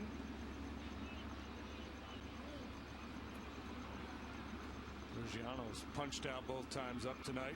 Swinging. He's having a hard time with the Jackson slider. He's a good fastball hitter.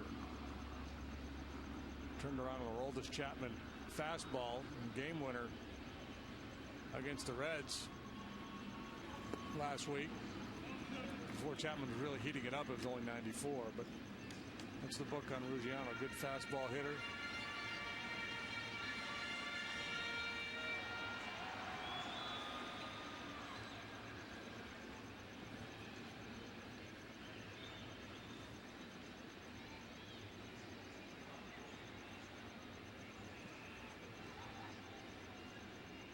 Kick and the pitch. 2-2 on the slider that time.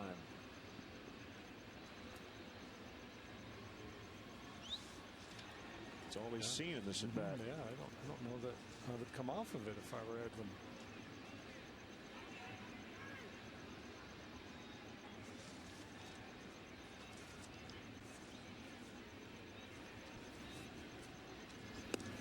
Called strike three, 95. Ruggiano might have been looking for the slider that time.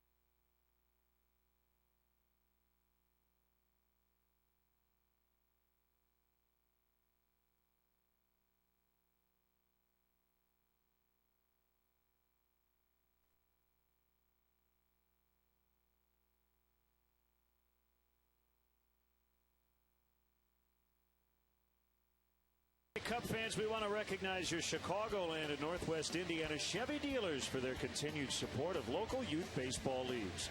Once again, the local Chevy dealers are supporting over 30,000 young ball players in their communities through the Chevy Youth Baseball program. In fact, since 2010, the dealers have been providing numerous leagues with equipment kits, instructional clinics, and much-needed financial support. One more reason why we say from the big leagues to the youth leagues, Chevy truly is the official vehicle of baseball.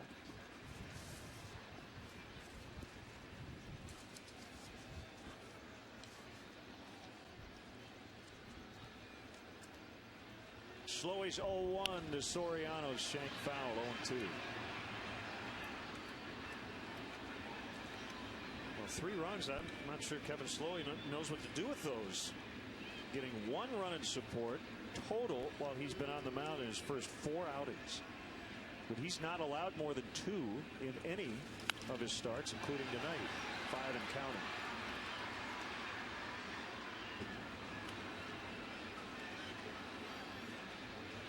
Looking for his first win since 2010.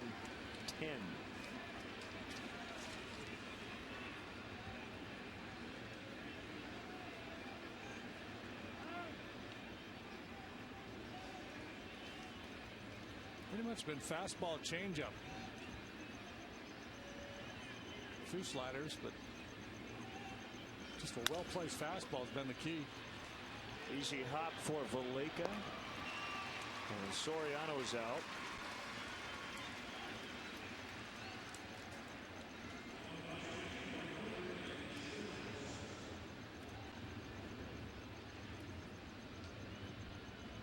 Well, we talk about pitchers' wins and how unimportant in the big picture that really is. As a starter, you just try to give your team a chance to win every night. But I'm sure you had a few droughts in your career, and it has to weigh on you after a while. Yeah. Well, because you just know it's, you're going to go through periods where you don't pitch that well. So you want to, and as much as we, as analysts, talk about wins aren't important, as a pitcher, that's still something you're raised on. That's part of the psyche and the mindset of a pitcher is get that win. And yeah, it's just the nature of the game. It runs in cycles. It's kind of like a hitter when he's really swinging it, but he's hitting it a lot of hard outs. He knows he's going to go through droughts where he's not hitting it that well. As a pitcher, if you're putting good starts together, you're not picking up wins. You're going to go through a stretch where you get knocked around a little bit. Unless you're one of the elite guys. Deep to right, and it is gone off the pole. A game-tying homer for Nate Sherholtz. He kept it fair somehow, and it's 3-3.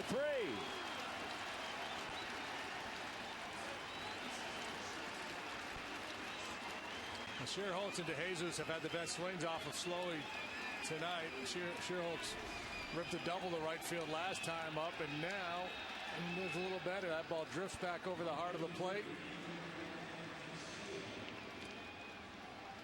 and dings it off the foul pole.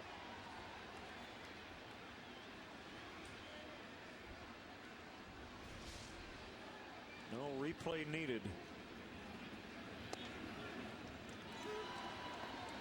I mean, we like to show it. I'm saying the umpires didn't need to look at it. Pretty obvious. You're going to start directing this game now, too. No. Oh. Almost got part of the bat. I thought I heard two sounds, but it's not what Castillo was worried about. No, he's leaning a little bit. This ball's really not that far off the plate.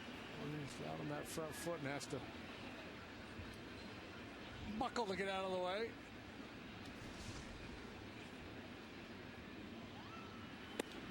He'll paint the outside corner.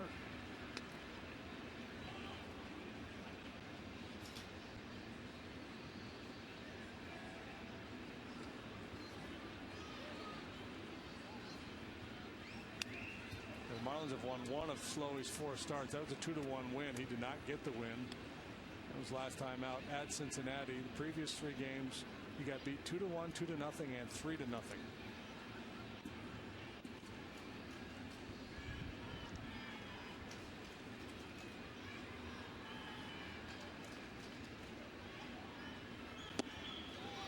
swing and a miss. He got him. MLB.TV is celebrating 11 years. Join the millions of fans and subscribe today. Watch every out-of-market game live online on your favorite mobile and connected devices in HD quality with MLB.TV Premium. Visit MLB.TV today. MLB.TV baseball everywhere. That homer for Sherholtz, the first Cub home run in this ballpark. They went homerless last year in that 3-game sweep. 345 feet. He didn't hit it that far, but he didn't need to.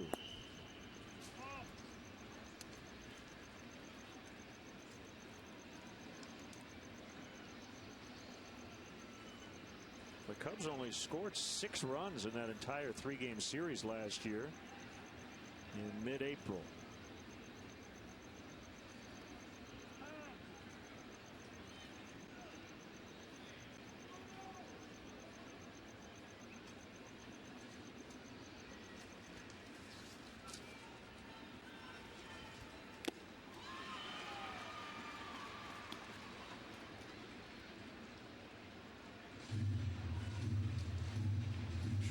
Has enjoyed this ballpark. Now in his career, he's 7 for 11.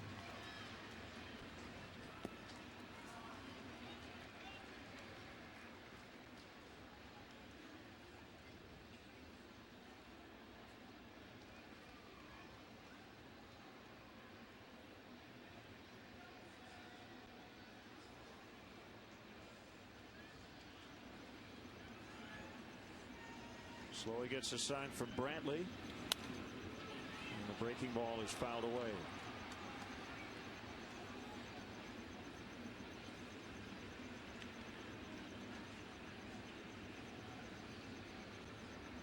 This likely will be the end of the line for Slow. He's throwing 109 pitches now.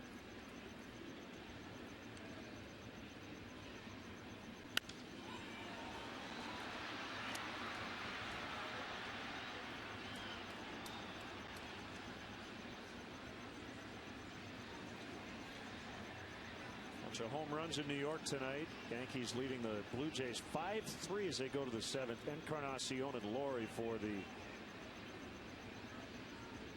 Blue Jays. Cano, Wells, Cervelli for the Yanks.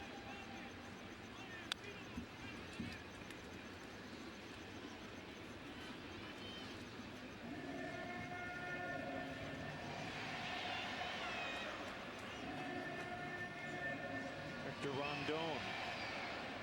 Cubs bullpen. Look, he's standing up behind a chroma key. That's almost exactly the color of what Tom Skilling stands in front of every night to do the weather. It's usually that color because most people don't wear that color. So as long as you're not wearing green, you can stand in front of it and it's fine. But if you put a green tie on, it looks like it's invisible. Valbuena trying to give everybody a souvenir.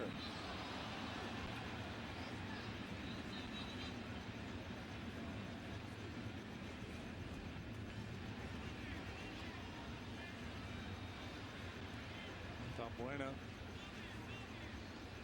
gives you a good tough AB. Pitch number 11 of the AB, and he'll bounce out to Solano. The Cubs have evened the score. Nate Sherholtz off the pole and right to make it 3-3 in the 6th.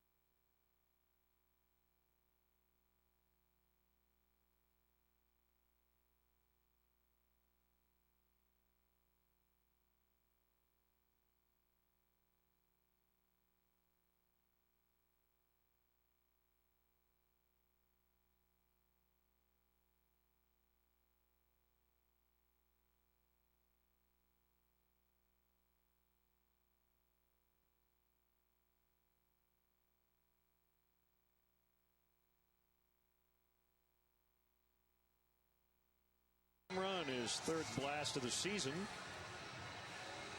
And they just had an H.R. Puffenstuff reunion. The racing sea creatures, I guess. I'm not sure what they call it, but the stone crab won it. There's Godzilla.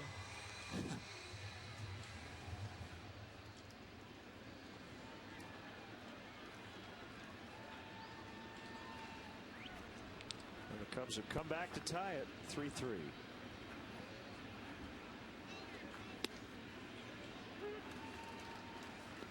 And a strike on Rob Brantley. Pretty funny. He lost a race, speaking of sprints, to his teammate Miguel Olivo on Sunday.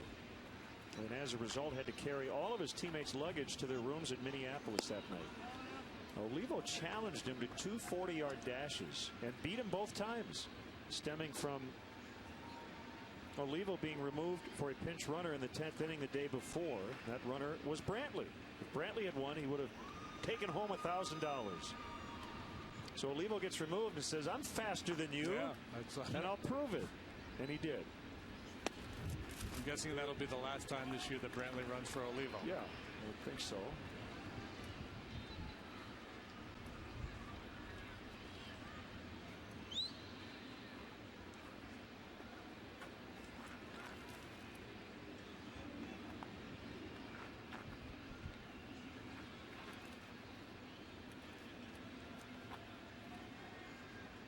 Jackson's 1-2, hits him. Put him on the numbers. Well, you hate to hit a guy in that spot when you're ahead in the count. You've got him down. Man, had him down in the count. You just tied the ball game. There's been a couple times tonight where Edwin has gone back and looked at the mound. Looked like he caught his heel as he was gliding down the mound. See, looking back, and spun out of one earlier in the game too.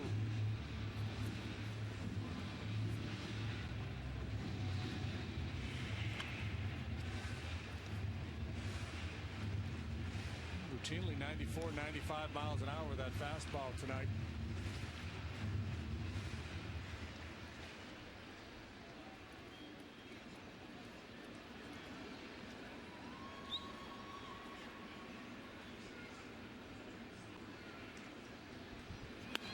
There's a bunt by Valleca.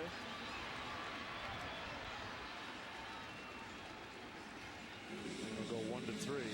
Wow, that's interesting. Straight sacrifice in the 6th inning with the 8-hole hitter up next. Clearly they'll hit for Slowey. I don't know if Valleca did that on his own or not, but I'm not a big fan of the strategy.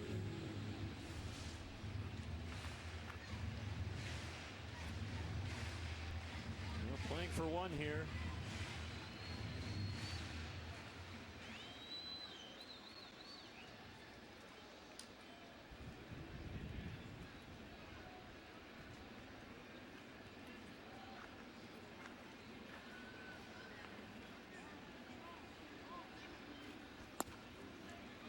Mike Redmond's been watching his club play to this point in the season, so he knows who's been doing what and who's capable of what. So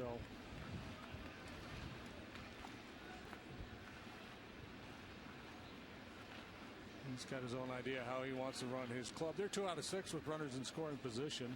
Solano's 1 for 2 tonight. Singled and scored a run back in the second. Greg Dobbs, the veteran's on deck. He'll hit for Slowey.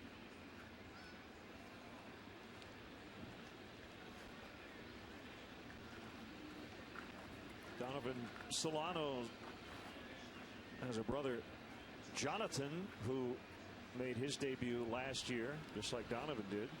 Jonathan is a catcher with the Washington Nationals.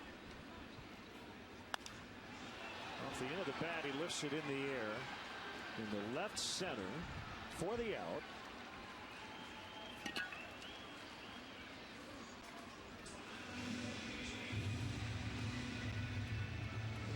The veteran pinch hitter Greg Dobbs, who's had great success against the Chicago Cubs.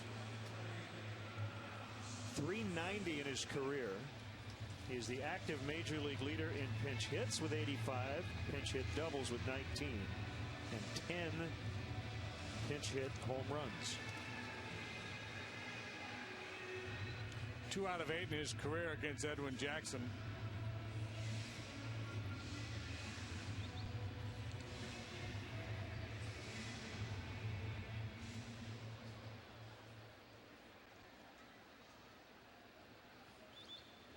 They're going to take the bat out of his hand.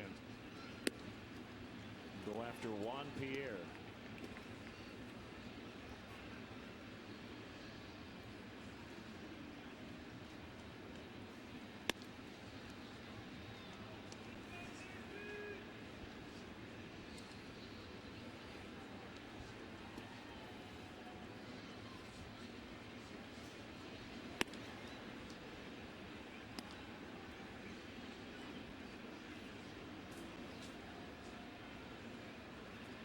Comes a couple of years ago, I saw Humberto Quintero pick a base runner off a situation just like this, an intentional walk with a man on second base. Wasn't paying attention. Yeah, he just kind of was very casual about throwing it back to the mound. It looked like he just flipping it back there, and then he steamed going down. Yeah, the base runner dropped his head going back to the base.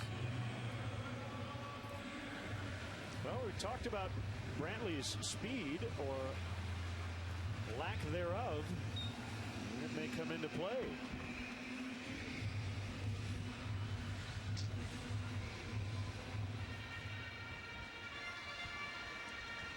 Especially with Juan Pierre, the batter. I mean, base hit to left. It's going to be tough for Brantley to score because Soriano was so shallow for him.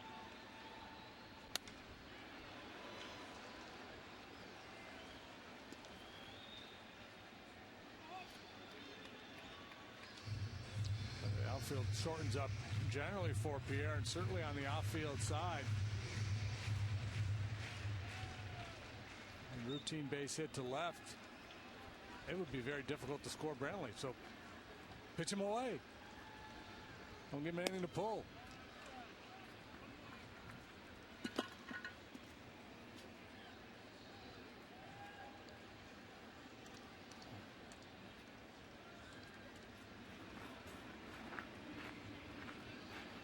Last at bat, Pierre flied to right. He's trying to hit the ball on the ground and use his speed. And he does there, chops it up the middle, and the play will go to second. Oh, how about that one?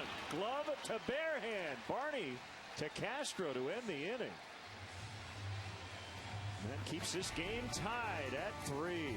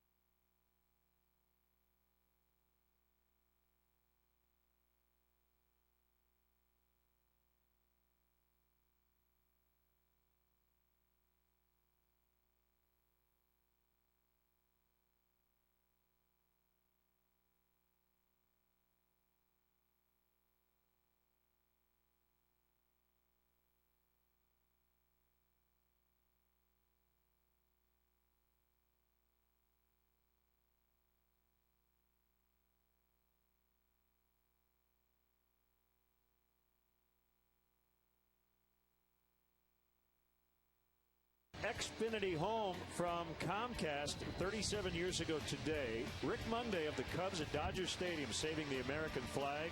A couple of protesters were set to burn that flag. Love the big message on the board. Rick Monday, you made a great play. Get peace of mind with Xfinity Home, the total home security and home control solution that keeps you more connected to what matters most. A couple of years ago, the LA Times asked their readers to vote on the greatest plays in the history of Los Angeles sports. Of course, Rick was a Cub then, but that was the number 19, the greatest moment in LA sports history. Rick Monday saving the flag. And here's veteran right-hander Chad Qualls. He's been around a good long while. No wins or losses, a 4.15 ERA so far for the right-handed sucker baller. Darwin Barney will lead off here in the 7th. Your thoughts on that play? The glove to bare hand. Man. I mean, it's risky, but it was perfectly executed. I think it was necessary. You know, I think if Darwin felt like he had a little more time to make that exchange and then flip, he would have done it. But he's kind of running out of room, too, because he's going to lose his angle. If he doesn't unload that ball in a hurry to Castro, he's going to be behind him flipping it back. That would have been a tougher chance for Castro. But what I love about it is not just the flip, but the accuracy of the flip, that he was able to lead him to the base. Pretty slick play on both ends.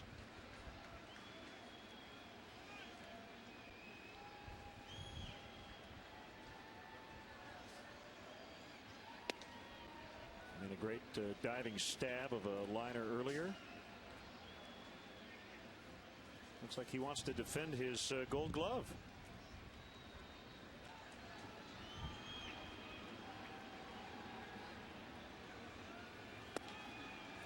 And once it's kind of like knocking out the champion in boxing, right? Once you win one, especially if you win multiple, you win a couple, then every year people are kind of looking to you as the guy. You've got to unseat him. You got to knock him out. You got to knock out the champion. Julio Bourbon on deck for Jackson. So just another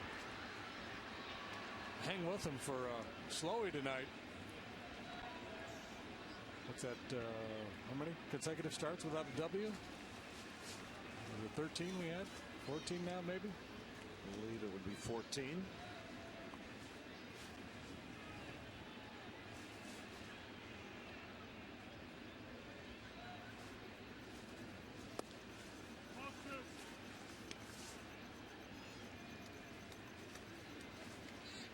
Two and two to Barney.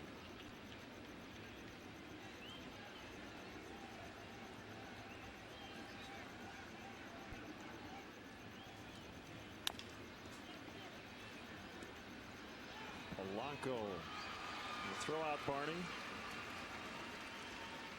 Here is Bourbon. Braden Trainer from Hanover Park, Illinois, says I'm a saltwater manager at a large aquarium store. And Braden, I said Brandon. Braden identifies a black and white, oh boy, Heniacus, horkfish, unicorn tangs, and bluehead wrasses, WRASSES, in that aquarium. I'll take his word for it. He must be watching in HD. The Cubs can get a run here in this inning. Jackson could get his first win with his new team.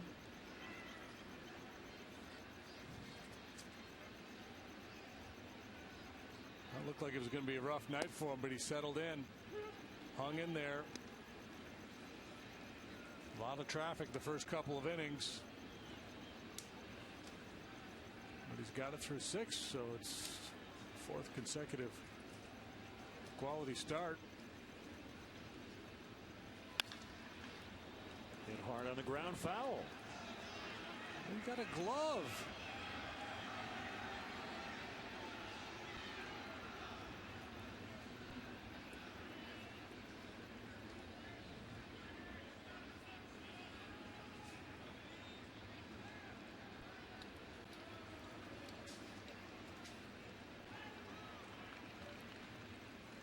Two on Bourbon, who has been a Cub since Friday, the start of this trip.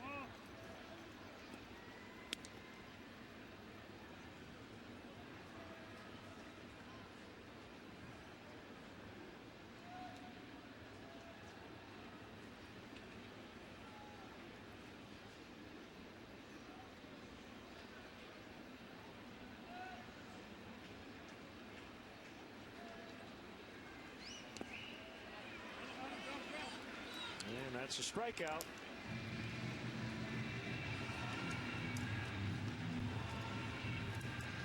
With 2 outs, it'll be David DeJesus.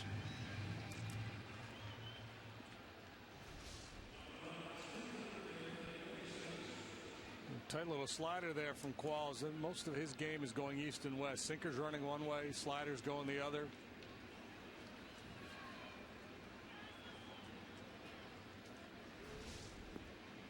Qualls a busy guy, at least 50 games in 8 straight years.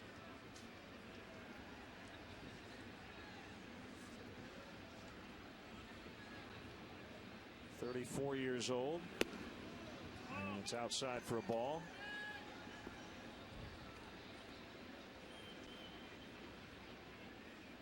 That's the other thing. I'm talking to Mike Redmond today.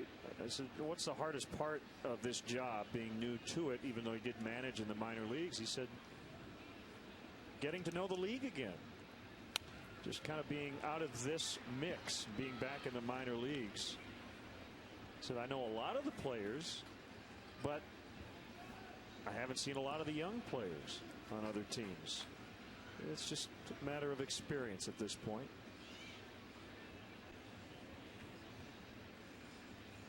Yeah, well, you know, he's a good hire because you got a young club that's not expected to do a whole lot, so he can kind of grow with the team.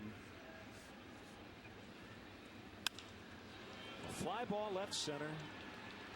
Ruggiano with the hop and the catch, doing a little Soriano impersonation from a few years ago. 3-3 in the 7th.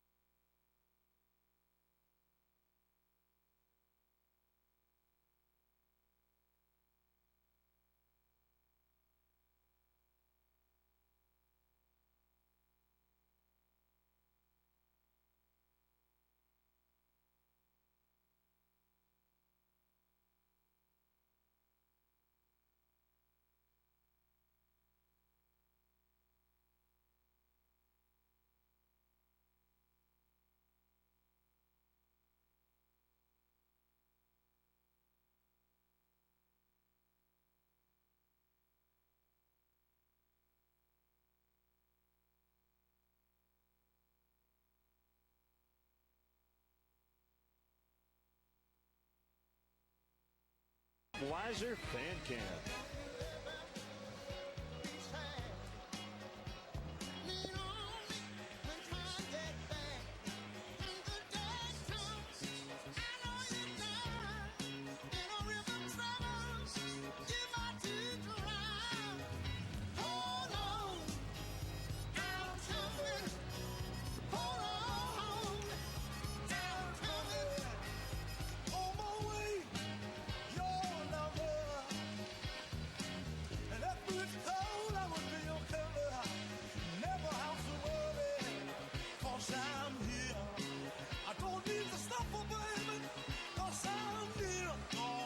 Sam and Dave, hold on, I'm coming.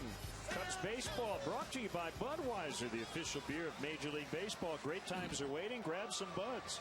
They formed here in Miami in the early 1960s, when according to the Miami New Times.com, ranked as the 4th best Miami band or group ever.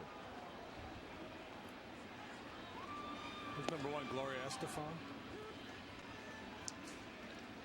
Miami Sound Machine? No. Jackie Gleason? No, the guys who got in trouble in, was it Broward County? Their lyrics were banned. Albums were banned. Line back to Rondon. Polanco lines out. continuing the trend.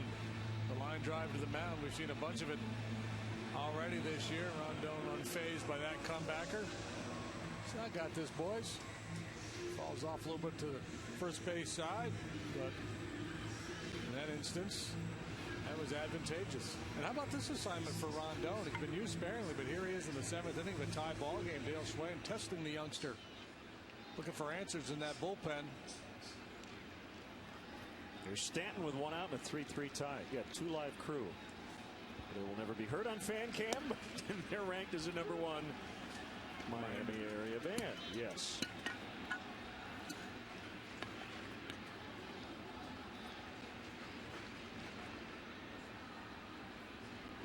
Whoop. High chopper right back to Rondon. Oh man, took his time to throw it. Got a little yippee there. Goose that one over there. That was a double mistake. It was a bad pitch. He got away with a bad pitch, and Stanton with a bad AB with a little half swing on a hanging slider. Rondon, he's made 2 plays now. Throws a little change piece over there.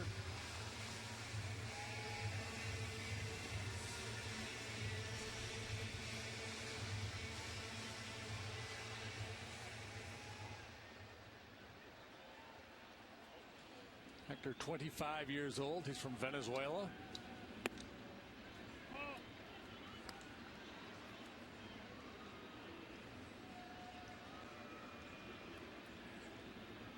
Getting some tweets about hearing some cricket noise on the broadcast. I don't know what that is. Don't know if there are crickets in the aquarium.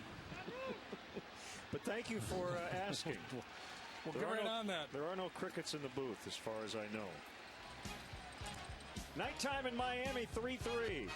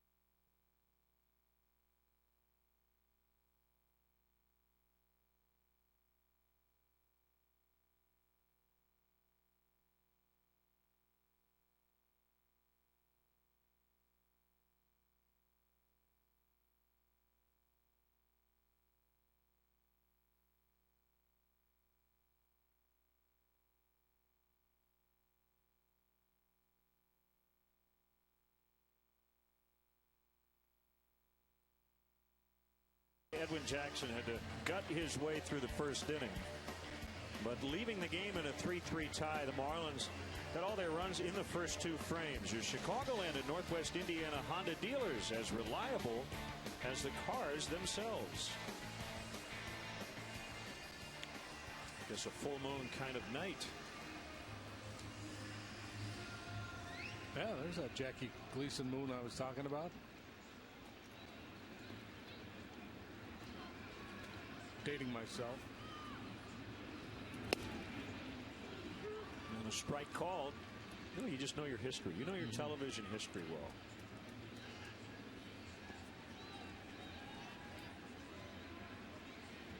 Didn't read enough books when I was a kid. Well, you picked the right medium, though. You picked the right job.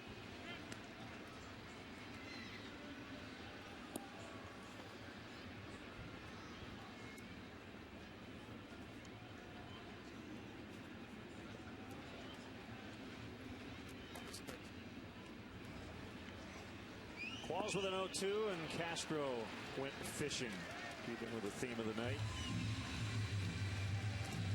Well, the last few years, it's been more of an up and down. For a period of years there in Houston, he was a very reliable setup guy. Kind of flew beneath the radar because they had Wagner and Lidge and some of those other guys. But Qualls was a big piece of their bullpen for a while, and he's moved along a few other clubs. And I think his stuff really is sharp tonight. And I think it's just a matter of with some of these older relievers, they need a little more time between appearances.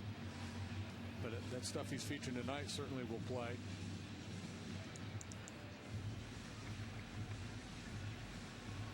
Pitching change in the 8th and a 3-3 deadlock.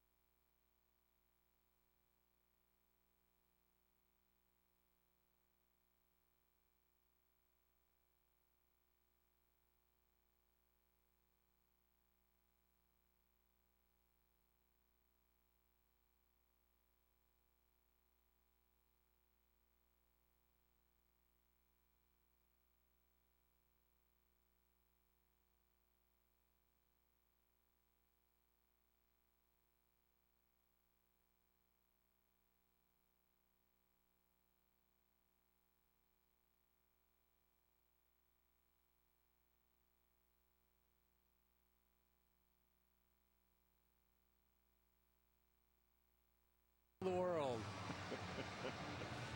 And away we go. Good work, fellas. So Mike Dunn, as Mike Redmond plays matchups. The struggling Anthony Rizzo against the right-hander. Slowly struck out all 3 times. Maybe doing him a favor bringing this lefty in here. It'll just force him to stay in a little bit longer. Yesterday had a really good swing against Aroldis Chapman, toughest lefty in the business. Dunn's no slouch. He's got good stuff. He's not just a flip it up there salad tossing lefty. He's got good velocity. Big strikeout numbers so far this year. Fastball sits around 94 miles an hour. Good hard slider. Spin the occasional curveball up there, but you get some fastball sliders. What Rizzo's going to see.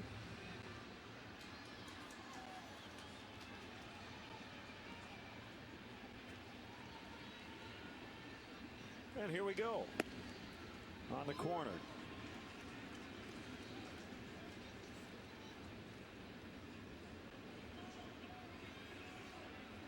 Dunn came over with Omar Infante in a Dan Uggla deal in November of 2010. Fly ball down the left field line, down to foul ground. Goes Polanco, and he reaches over and makes a catch. Nicely done by Polanco. A terrific defender at a couple of different spots. You see him feeling for the barrier there, never taking his eyes off the ball. One quick peek down to find it, and he puts it away. Nice play. 2 Gold Gloves at second and 1 at third for Polanco. I believe he and Darren Erstad are the only 2 players with Gold Gloves at multiple positions. Erstad at first and the outfield.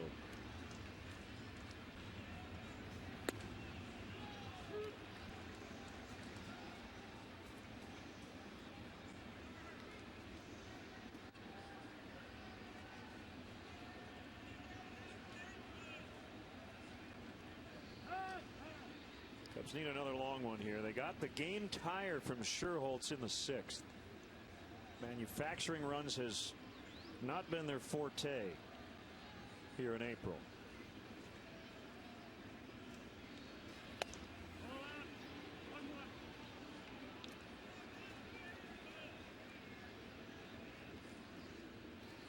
Nationals blasted the Reds 8-1.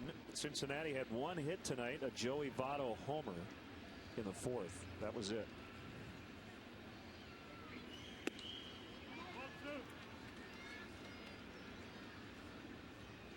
Shin-Soo Choo went 0 for 3, but he walked.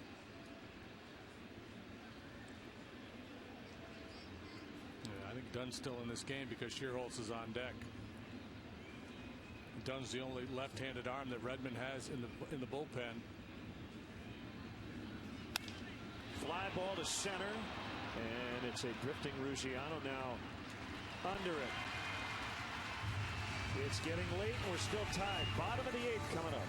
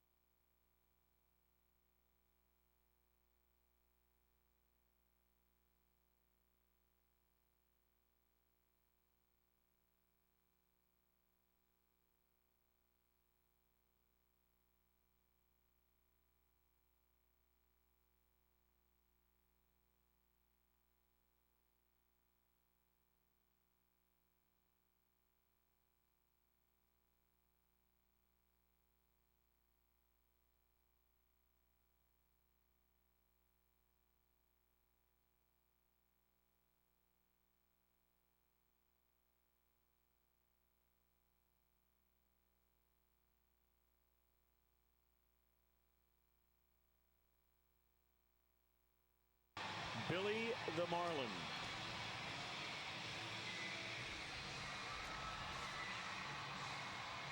Got some new pants this year, doesn't he? Yes, very colorful. Not bad as mascots go. Here comes Sean Camp for the 12th time already this year. 0-1 with an ERA of 9. He had a couple disastrous outings on that homestand. Since then, he's been solid. 4 consecutive scoreless appearances. On pace to pitch 85 times. Nobody pitched more than he did last year in terms of appearances. Fouled up by Ruggiano. He has taken a collar. 0 for 3. 3 strikeouts. Well, just another typical blowout, right? Well, 3-3 in the 8th. Every game's been like this. Yeah. Cubs aren't winning many, but they're providing some drama anyway. A lot of close games. De Jesus on the move. On the track, he has it. Imagine Cub fans feel a lot like Dale Swain feels. He just likes some nice 8-1 wins. Easy breezy, don't have to think too much.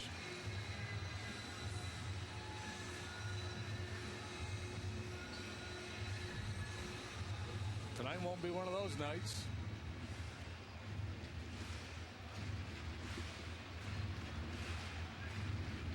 Brantley walked with the bases loaded, robbed of a hit by Barney on a great diving catch in the 3rd, and then he was hit by a pitch in the 6th.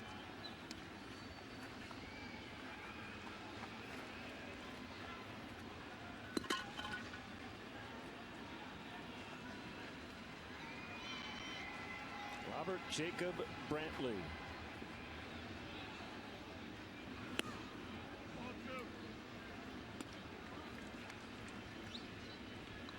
Steve Cishek sells seashells by the seashore. He's their closer.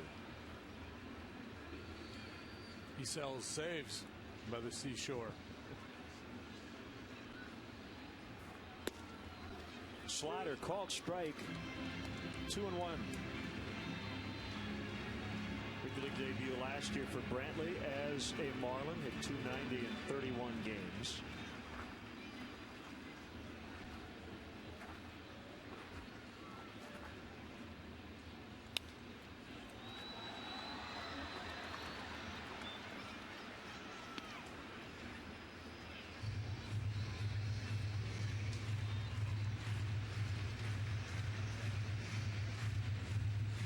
Household names in this Marlins lineup after all those deals. Stanton being the biggest.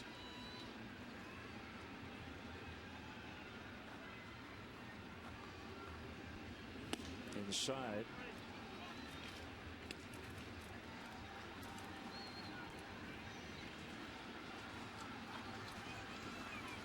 We know that guy. We can even recognize him just by looking at the back of his head. That's Tino Martinez. 16 years as a big leaguer. 300+ home runs. He's their hitting coach.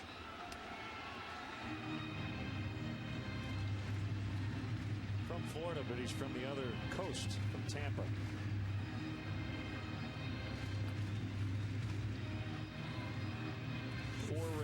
Fertile baseball ground over there in Tampa. A lot of good players. You aren't kidding.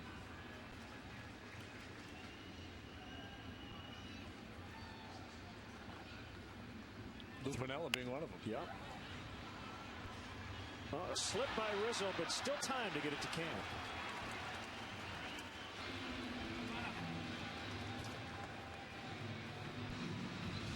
I'm feeling Anthony would like to start this whole day over again.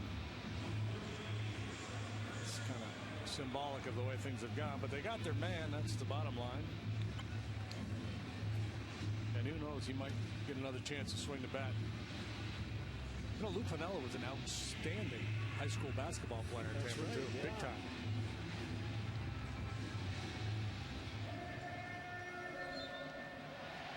Lou's going to do some television for the Yankees this year, but not a whole lot else. Semi-retirement. Swing and a miss.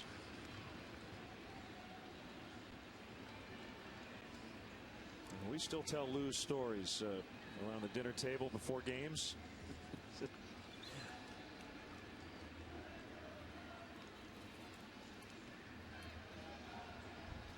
Very colorful career. I'm really thankful I had a chance to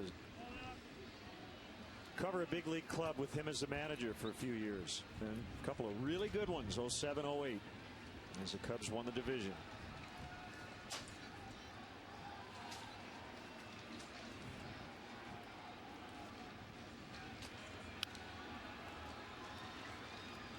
Now, when I was with the Astros, when we were playing the Cubs and Lou would come out to make a pitching change, we put a clock down on the bottom of the screen, a Lou meter, time how long it took him to get out there. That slow Lou stroll.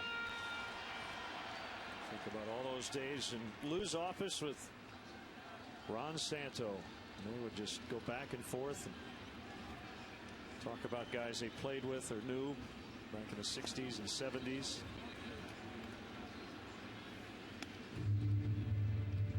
That's the fantasy camp fans should be in on. I mean, the fantasy camps are fun where you go play, but just go hang out with a couple of guys like that and listen to them tell stories. Listen to Lou talk about as the Reds manager getting a fight with Rob Dibble.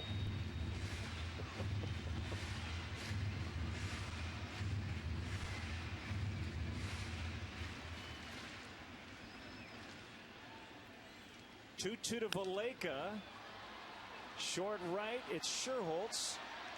And he puts two hands on it. Sean Camp with a clean eighth. 1, 2, 3. Knotted up at 3-3.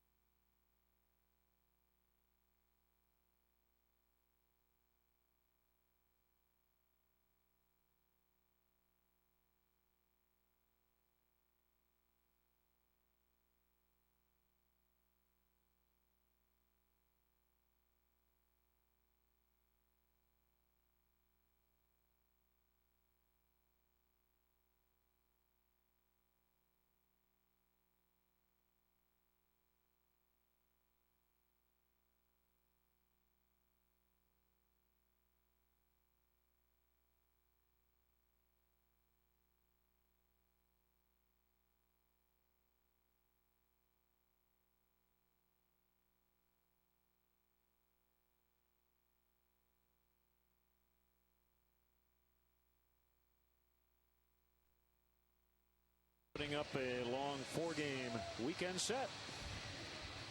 And a 3-3 tie. Where's that, Len? I don't know. I've never taken the train down here. Looks like it's over one of the intercoastal areas. Here comes Cishek, the closer. Got 2 saves and 3 tries. He's 1-2 with an ERA of 5. Drop down sidewinder. A little bit surprised Dunn didn't go back out there for the top of the ninth with Sherholtz due to lead off. Thought they might give him one more batter.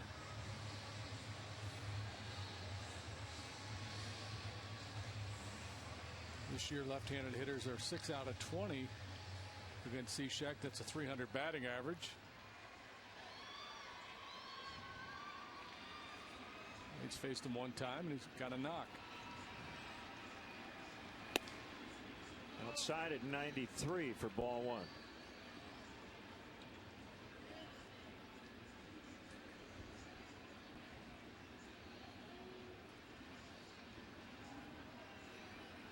I guess I shouldn't say I'm surprised, because this is what pretty much every manager does in a tie game in their home ballpark. They bring their closer in to start the 9th inning. Well, a lot of managers also, in Cishek getting up in the bottom of the 8th, the Marlins could have taken the lead. You know, the idea is get my closer up, get him in the game. Don't let him stand around and wait. But if you don't have a designated closer, you don't necessarily have to do that. Or you know, you look at the numbers and then, you know, you play the matchup game. You could start your lefty. So even if it were a safe spot, you're saying you could make that case. Yeah, sure. Swing and a miss. 2-2. Well, Sherholtz has been the Cubs' best hitter in this game with a double and a home run. Cishek throws hard for guys that come down low like that. That's one of the better fastballs you're going to see. Most of those guys turn the ball over, they sink it, they throw sliders, but they don't throw 94 miles an hour, and that's what he just did. That one's at 95.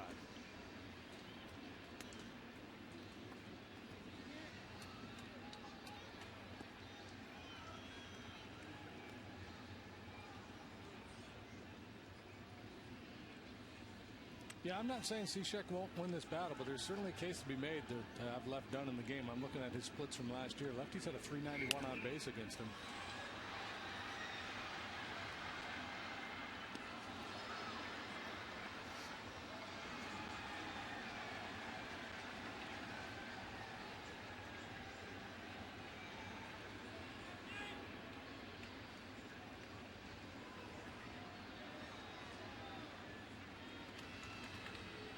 2-2. Ground ball. Solano will glove.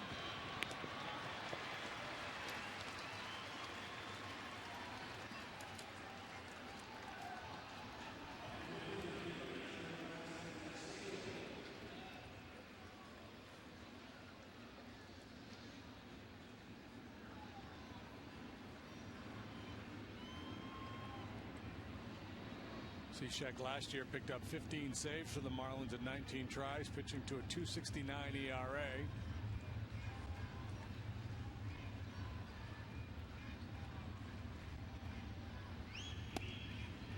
Fastball strike.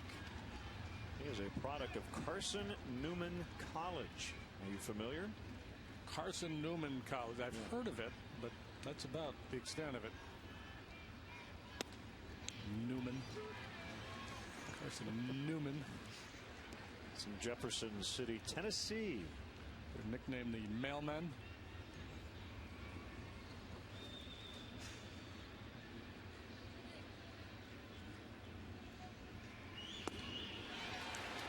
That's it for Castillo. That's nasty.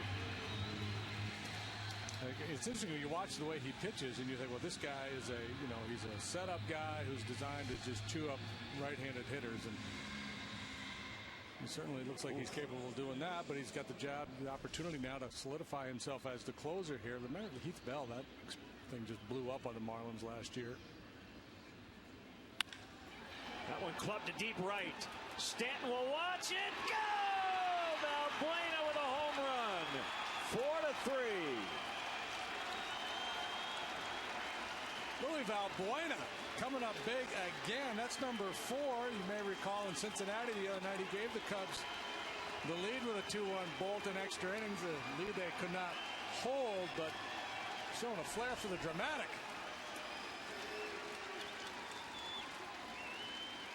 Well, left-handed hitters get a good long look at Cishek with that sidearm delivery.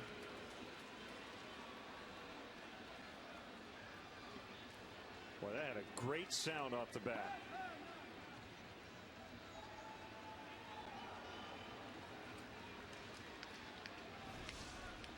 So their first lead since it was 1-0 in the first inning. This one pretty well hit, but Barney retired as he flies to Ruggiano. Luis Valbuena, another big home run on this trip. To see if the Cubs can close the door in the bottom of the 9th, leading by a run.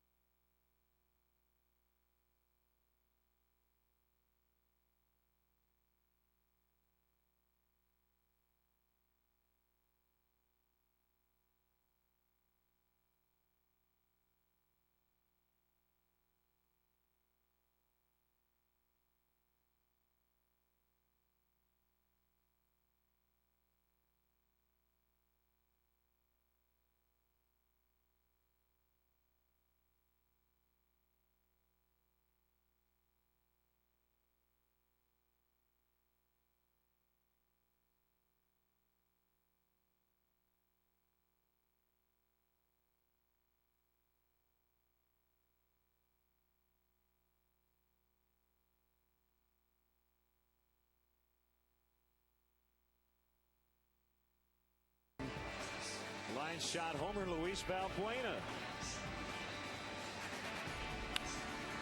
wasted no time. Jumped on that high fastball from Cishek. Dropped it in the Marlins bullpen. Cubs baseball is brought to you by Budweiser, the official beer of Major League Baseball. Great times are waiting. Grab some buds. Here's Carlos Marmol. Caramel. Here you go. Marmol.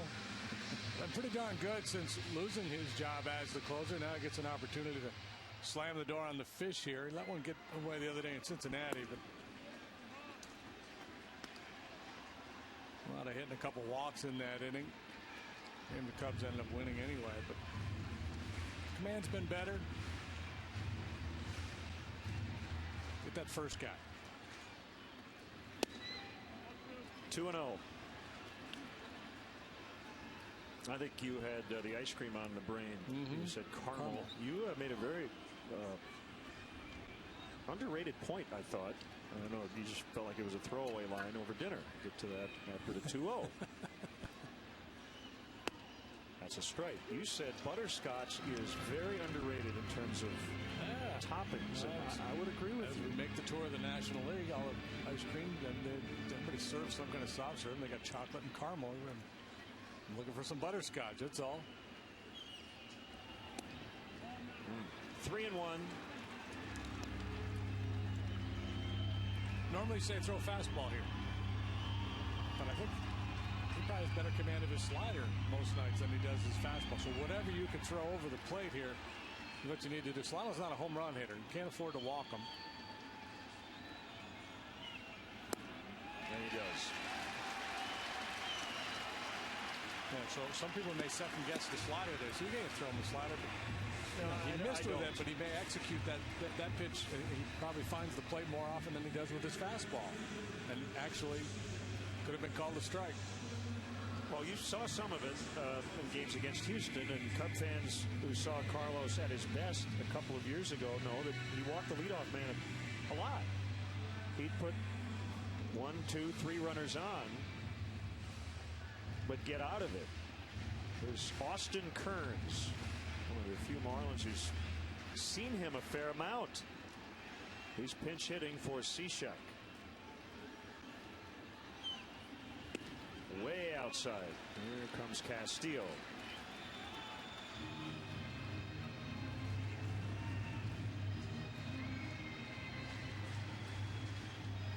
All quiet in the Cubs bullpen.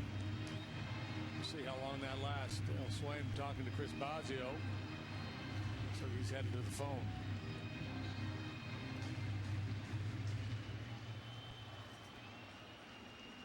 The only guy who's faced Marmol more often than Kearns is Juan Pierre. 9 plate appearances.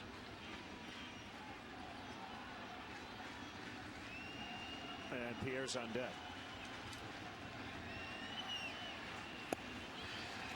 That's low.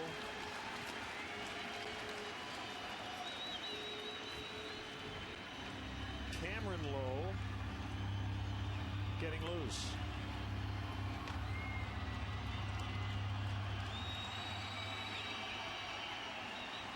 Four-3. The Cubs have the lead on the Valbuena homer, and the 2-0 pitch is a slider strike.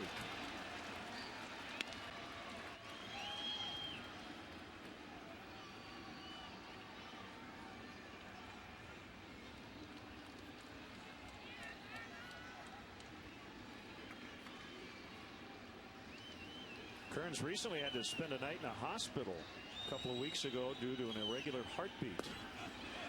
And he'll have to be monitored in that regard for the rest of the season. Another 3-ball count. He walks Solano. Now 3-1 on Kearns. Yeah, the question for Kearns is, do you get out of your game plan here? He's a power hitter, and power hitters love to swing on 3-1. Obviously, if he knocks one out of here, the Marlins win. But do you take that aggressive approach when you got a pitcher who's having a hard time finding the plate? You did. How about that swing on a 3-1? Yeah, well, he was cheating on a heater.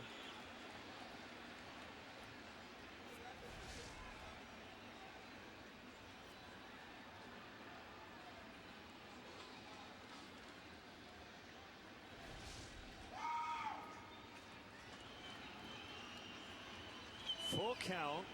Solano not running, and this one will get down in front of Soriano. I think that's the right play. You could really tell Soriano was in that thought process. Do I go after this or not? But caution, the better play there. Well, that ball was just blistered, and you know, if you take a step or two in, then you're dealing with a nasty short hop, and there's a chance the ball goes by all the way to the wall, and the game is tied, and the winning runs on second or third base. So at some point you have to shut it down early, retreat, and handle that big hop. The ball just wasn't in the air that long, hit on a line. I mean, that was hung out like a 1-iron.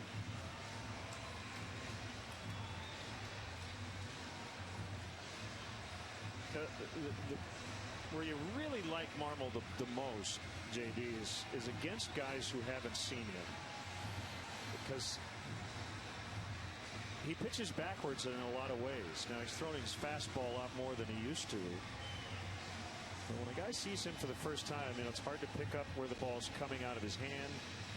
But now you get to this point. My point is, you know, Kearns, Pierre, Polanco, Stanton, these guys all have seen him. Yeah, well, and that's why the Solano walk hurts. Yeah, and most times right-handed hitters can basically look middle away against them, right? So fastballs a lot of times are off the plate, and then the slider going away, so you can disregard in. Now somebody's got to make a play on a bunt here. Fair ball, throw to third. Out at third. Juan Pierre, one of the better bunters in the game, but he cannot get that tying run to third. Yeah, boy, if you were to make a list of the 5 or 10 guys in the game that you would want up in this situation, Juan Pierre would be near the top of that list, but he does not execute. Wellington Castillo pounces on this one. And then the feed to Valbuena to get the force. Huge play there. Find the bag.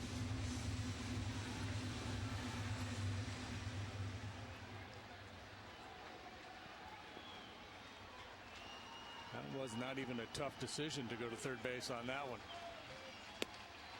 A strike called on Polanco. That's a good inner half fastball.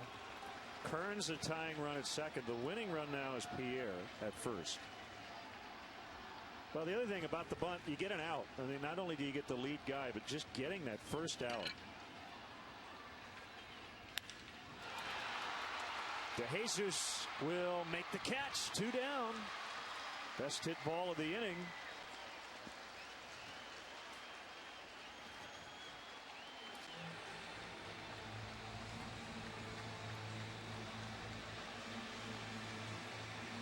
Well, we were talking earlier that the Cubs have not been doing a lot of winning, but they have played a lot of dramatic games, and here we go. 1-run lead on the road, bottom of the 9th.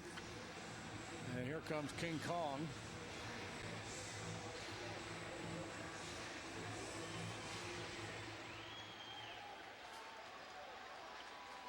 One for 4 tonight with an RBI.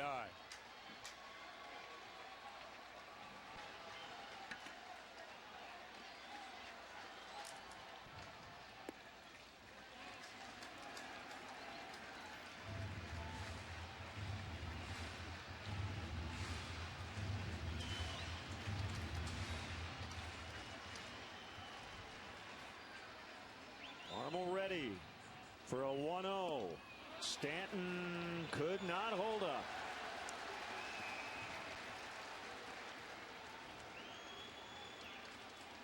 That's an anxious hitter, isn't it? That pitch I don't think ever was in the strike zone.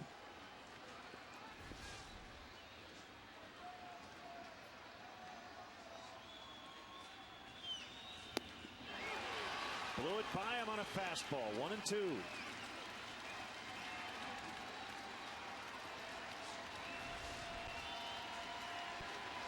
Trying to go down and away. He missed his spot, but had enough on it to get him by him. Swing and a miss. Cubs win. Cubs win. Carlos Marmol does what he used to do. Put 2 on to start the inning, and then he gets out of it. Just building a little suspense before finishing it off. Got Stanton to swing at that slider. Nasty sequence to finish off Stanton. What a great finish for the Cubs. First the Valbuena home run in the top of the inning, and then Marmol hanging on for dear life. Just another 1-run game, and the Cubs are victorious tonight, 4-3 to final.